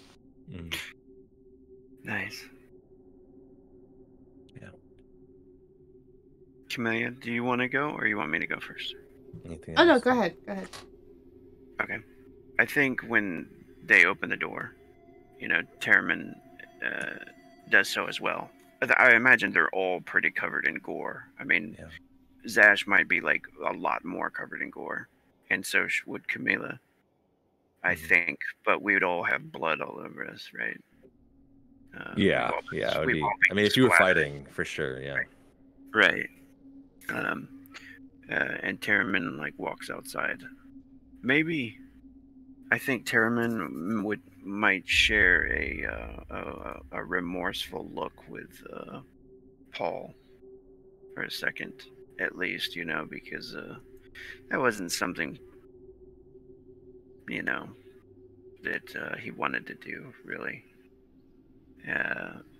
So maybe they don't say anything at all, but he goes over there and he'll go into the garden and kneel and offer like a prayer, holding the holy symbol, and then he'll ask this girl here, what's her name? Esmeralda. Make it visible for you guys. Esmeralda, or probably Camila as well, if she comes out there. Currently, she is just like in pure ecstasy. She's like rolling around the blood. Well, not rolling around the blood, but it's like she's squirming in joy. It's Just like bleh. shaking with like Yeah, yeah.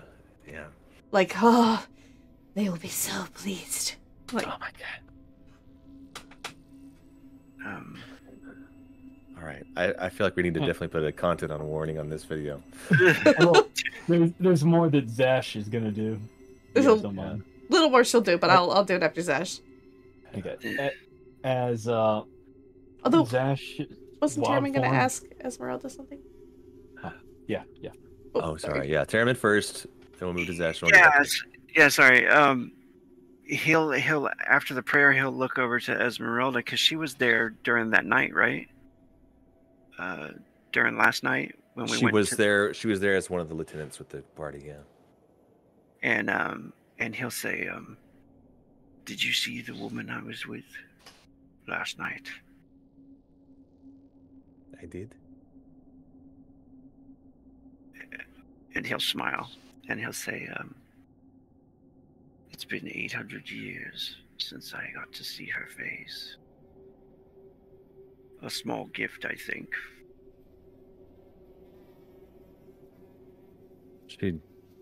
This is like really like kind of sick moment because she's also covered in blood. She would have assisted in finishing off the young ones too, just as cold blooded as she could try to be. She's getting just covered in yuck. She just looks at you and says, "She was beautiful."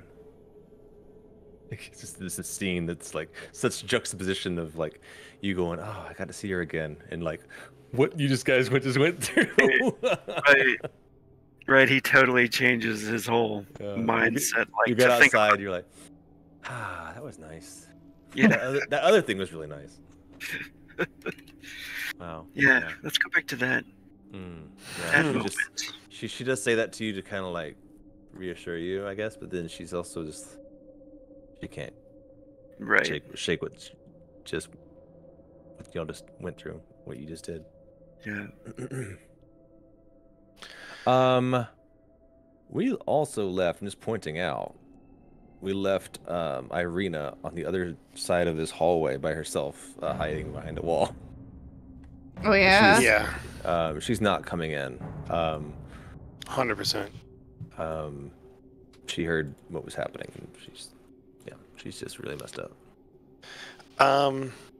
Eventually Paul, after like just 10 minutes of collecting himself, kind of like walk back in,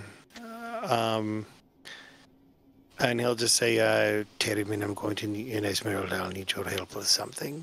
And then he will also move towards Camilla and going to need your help with something. And he'll just kind of like reiterate that to all of them as he passes through. I think he sees... Sorry, Cloven would have kept running. He's not there. By the end of all that slaughtering, Cloven was long gone. Yeah, I'm assuming Basilica is just still standing there. That's one of the things that I wanted to handle in mind. That's fair. All right. Fair. You're going to stop right Paul, there. Well, Paul just... the only thing I was is Paul's going to go to Irina and look at her with sorrow. And is there like a shovel or anything in this courtyard? Anything like that? Oh, yeah. I mean, they would have shovels for... yes, they would. He will go to kind of like an empty plot and just begin digging. I'm sorry. Are you to the north in the gardens? Is where you are, or did you go all the way to the other side where there's like an actual cemetery? You're talking about inside the courtyard. Oh, there's an actual cemetery? There's an actual cemetery you guys walk past when you walk in the gate. Oh, then in that case, he will tell people. I mean, there's not a lot of room, but there's a cemetery over here. Dog pile. I may as well remove all the dynamic lighting at this point because. Sure, yeah. He will. He'll tell them. We need to bury them properly, and regardless of whether or not they're going to like take up, that's what he intends to fully do. So he grabs a shovel, and he start like whether it's there or there, like maybe they run out of space here, and so then he moves over to like this side over here. But I imagine it's like hours into the night of him just digging graves. And that's part of the reason he wanted to ask for Zash's help, is because he knows he could do move earth. And Zash, after he does what he's about to do, is probably going to go down there and help as well with move earth. But yeah, so that's all I wanted to say. And so if there's a final scene for Paul, it's just him digging graves. Okay, Bear Zash. So as Bear Zash starts to fade away and you start seeing, Zash's traditional skin and his scales come back and the color returns to his face and shrinks down. He looks to his left and sees Basilica standing there, and Zash grabs his hand axe and just scrapes it along the wall as he walks. Perhaps sparks are coming off the back of it. And as he walks to these stairs, he just rounds the corner and just with all his might takes this hand axe and chops off her head. Ooh, I will allow it. Still dripping in blood from the bear form, just coating and covering him already. Yeah. Zash walks up the stairs as the body falls. Yeah. Okay. What a fun session this has been. And then... yeah. For Camila, in her ecstasy, she begins to walk around, just taking in all this death that is around her. But when she comes across the room where the infant mongrels are, she looks in, and a scene of a dead mongrel folk with its infant child in its arms catches her attention. What noise she made as you lopped off her head. Oh, hold on. Sorry. I should find that sound if we're screaming. So Awful. the scene of the mother mongrel and the infant catch her attention, and Yeah. her visage of ecstasy quickly distorts to horror as she begins to visualize a child within the jaws of a giant centipede. And she begins to just start crying. And she just falls to her knees, looks at her hands covered in blood, and just cries.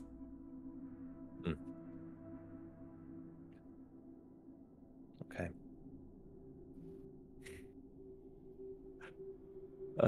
I said I liked horror, but this is rough, man. Yeah. Okay. We never get to go dark. Yeah. It's hard to get much darker, really. Yeah. Are we the baddies? Are we the baddies? Yeah. There's nowhere no to go but joke. up from here. Rainbows and sunshine after the slaughter. After the slaughter. Yeah. Okay. So I think we're going to end this session with just the cinematic, like everyone's in their spot, just covered in blood and yuck, and just, you know, the camera just kind of like almost like one of those drone shots, like going through the building, like just looking at every single room, just dead bodies everywhere. And the last shot, what do we see for every single one of you? We'll go in order of discord from top to bottom, Minnie down to Jester. Yeah, after a little bit. Yeah. Yeah, after a little bit of crying, she tries to wipe away the tears, but like smears blood on her face. Yeah. But gets up and starts to walk towards Paul. And as she does, she pulls out her book. And I think I can. I'm gonna begin to cast invisible. What was it? Oh, crud! It's the new spell I just got from the book. Invisible. What's the word? Unseen servant. There we go. Yeah. And then you'll see not only does she pick up a shovel, but a shovel gets picked up next to her Nice. and follows her. Magical helper helps Yeah. dig. Yeah. So Okay. but she does this silently. Yeah. Like, yeah. But that's her scene. Okay. We'll start with the last thing that we see with Paul. Yeah, Paul is just standing there. He passed by Irina, you know, essentially trying to kind of like get her to come help as well. In part because I think he thinks that this process, like it was rough what we did and what we went through, and so I think it's his attempt to kind of like. And I don't think he says it like this, but I think in his mind's eye, it's his attempt to hold on to his humanity, in kind of the midst of all of it. I mean, you're a grave domain cleric, so yeah, like this is rights his matter. And... Absolutely, and so that's kind of what he's thinking, and so and then I think like as he's kind of like doing it, he's kind of like maybe in a sing-songy way or like in a chant, he just says, I'd like the memory of me to be a happy one. I'd like to leave an afterglow of smiles when life is done. I'd like to leave an echo whispering softly down the ways of happy times and laughing times and bright and sunny days. I'd like the tears of those who grieve to dry before the sun, of happy memories that I leave when life is done.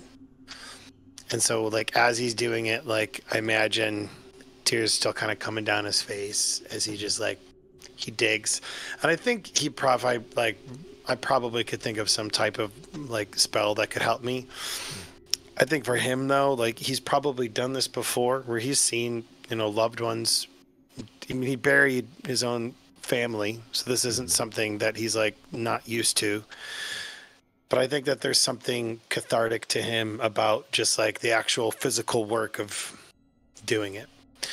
And so that's the last shot of Paul. And Terramin?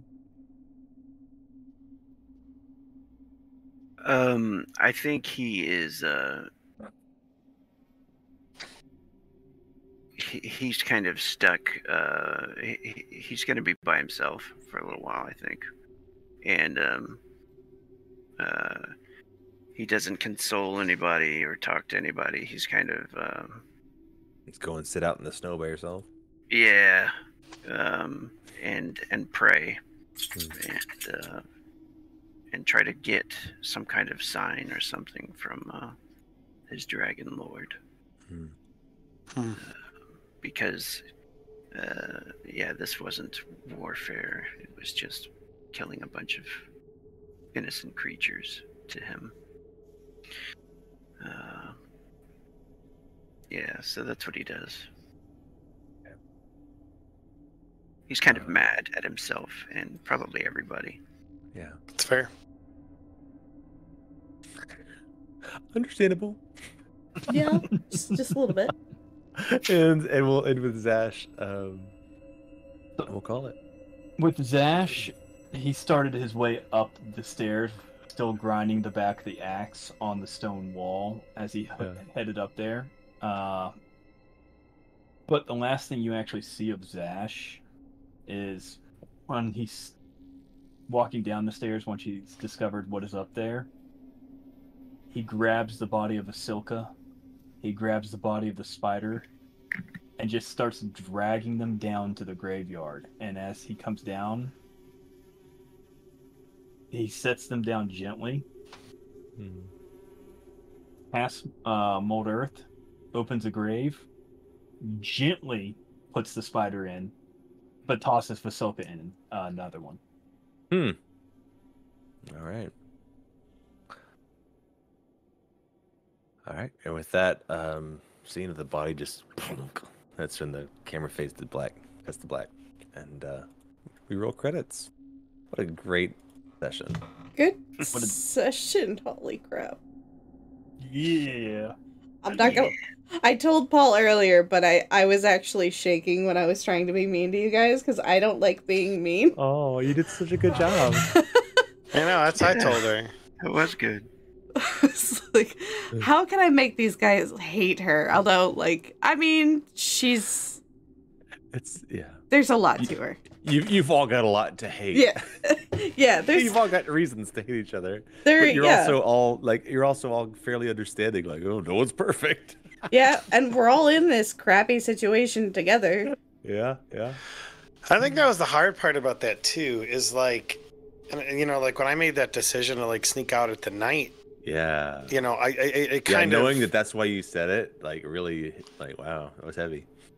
Yeah, well, because I was like, there's no way we're going to be able to like feed these guys on a normal basis. They're conditioned that they should receive food. I thought that they were I knew they were cannibalistic just because of how the spider reacted. When we got in there and we saw like the gnawed bones and everything, it just kind of confirmed what he thought, which is like, there's no permanent solution that is available to us, it seems, at this moment, that we, aside from like Paul just becoming the new abbot and like feeding them on a regular basis and the like. But I mean, like, he just saw how they like, there's like the grossness of the entire situation, and yeah. I think that dream like messed with him. I didn't even plan that. That's so perfect. Yeah, and I think he's still like apprehensive to just be like, whatever, like, I'm gonna like fully commit to this. But I think it was I thought the dream was like, oh, that wasn't very clever, but it came perfectly. Yeah, you did fantastic work with it. Good job. Good job, everybody. Between Zash's dreams and his exhaustion, that's why he just keeps. He's kind of lethargic right now. He doesn't really have much of a thought in his head, but when he's in bear form, the reason why he keeps on looking at Paul is Yeah. because of that dream. You remember eating him? Yeah. Is he going 100%. to eat Paul? Is he going to attack Paul? Or is he trying to resist the urge to do it?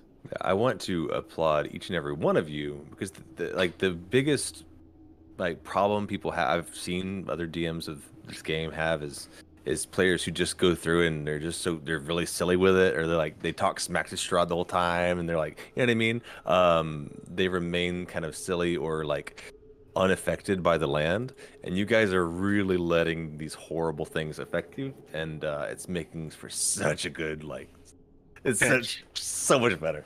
Yeah, that was one of the talks we had about during that interview that I told you guys about when we were doing Masters of Horror, and I was sitting with the writers of Call of Cthulhu and everything, and I was like, "What am I doing here?" You know? Yeah. And I'm like, right, yeah. Was one of the things we talked about was in order for horror or anything dark to work, right. everybody's got to be on board, right? Because you'll have somebody that jokes around fucking way too much. It's funny, but if you want this to work, everybody's got to be on board with it, right? They've all got to play their part. People got to act scared when they think their character's going to be scared, and it's so easy for people to be like, "Oh, I'm not afraid of anything. I'm a superhero." You know what I mean? But yeah, that's cool. No, this is working so beautifully. I'm really grateful to have each of you. That's all I wanted to say. I'm so thankful for this group. Yeah. Hell yeah. You guys are all amazing.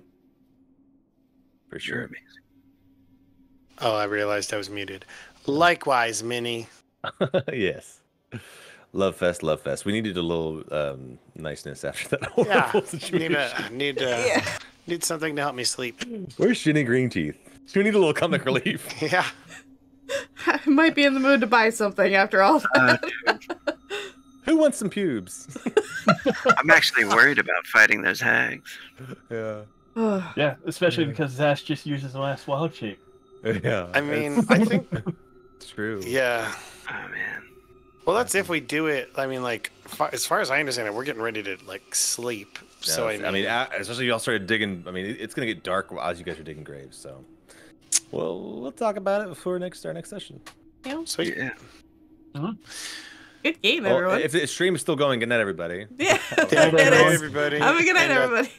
Thank you, Bees. I appreciate you, buddy. You got it. Good night, guys.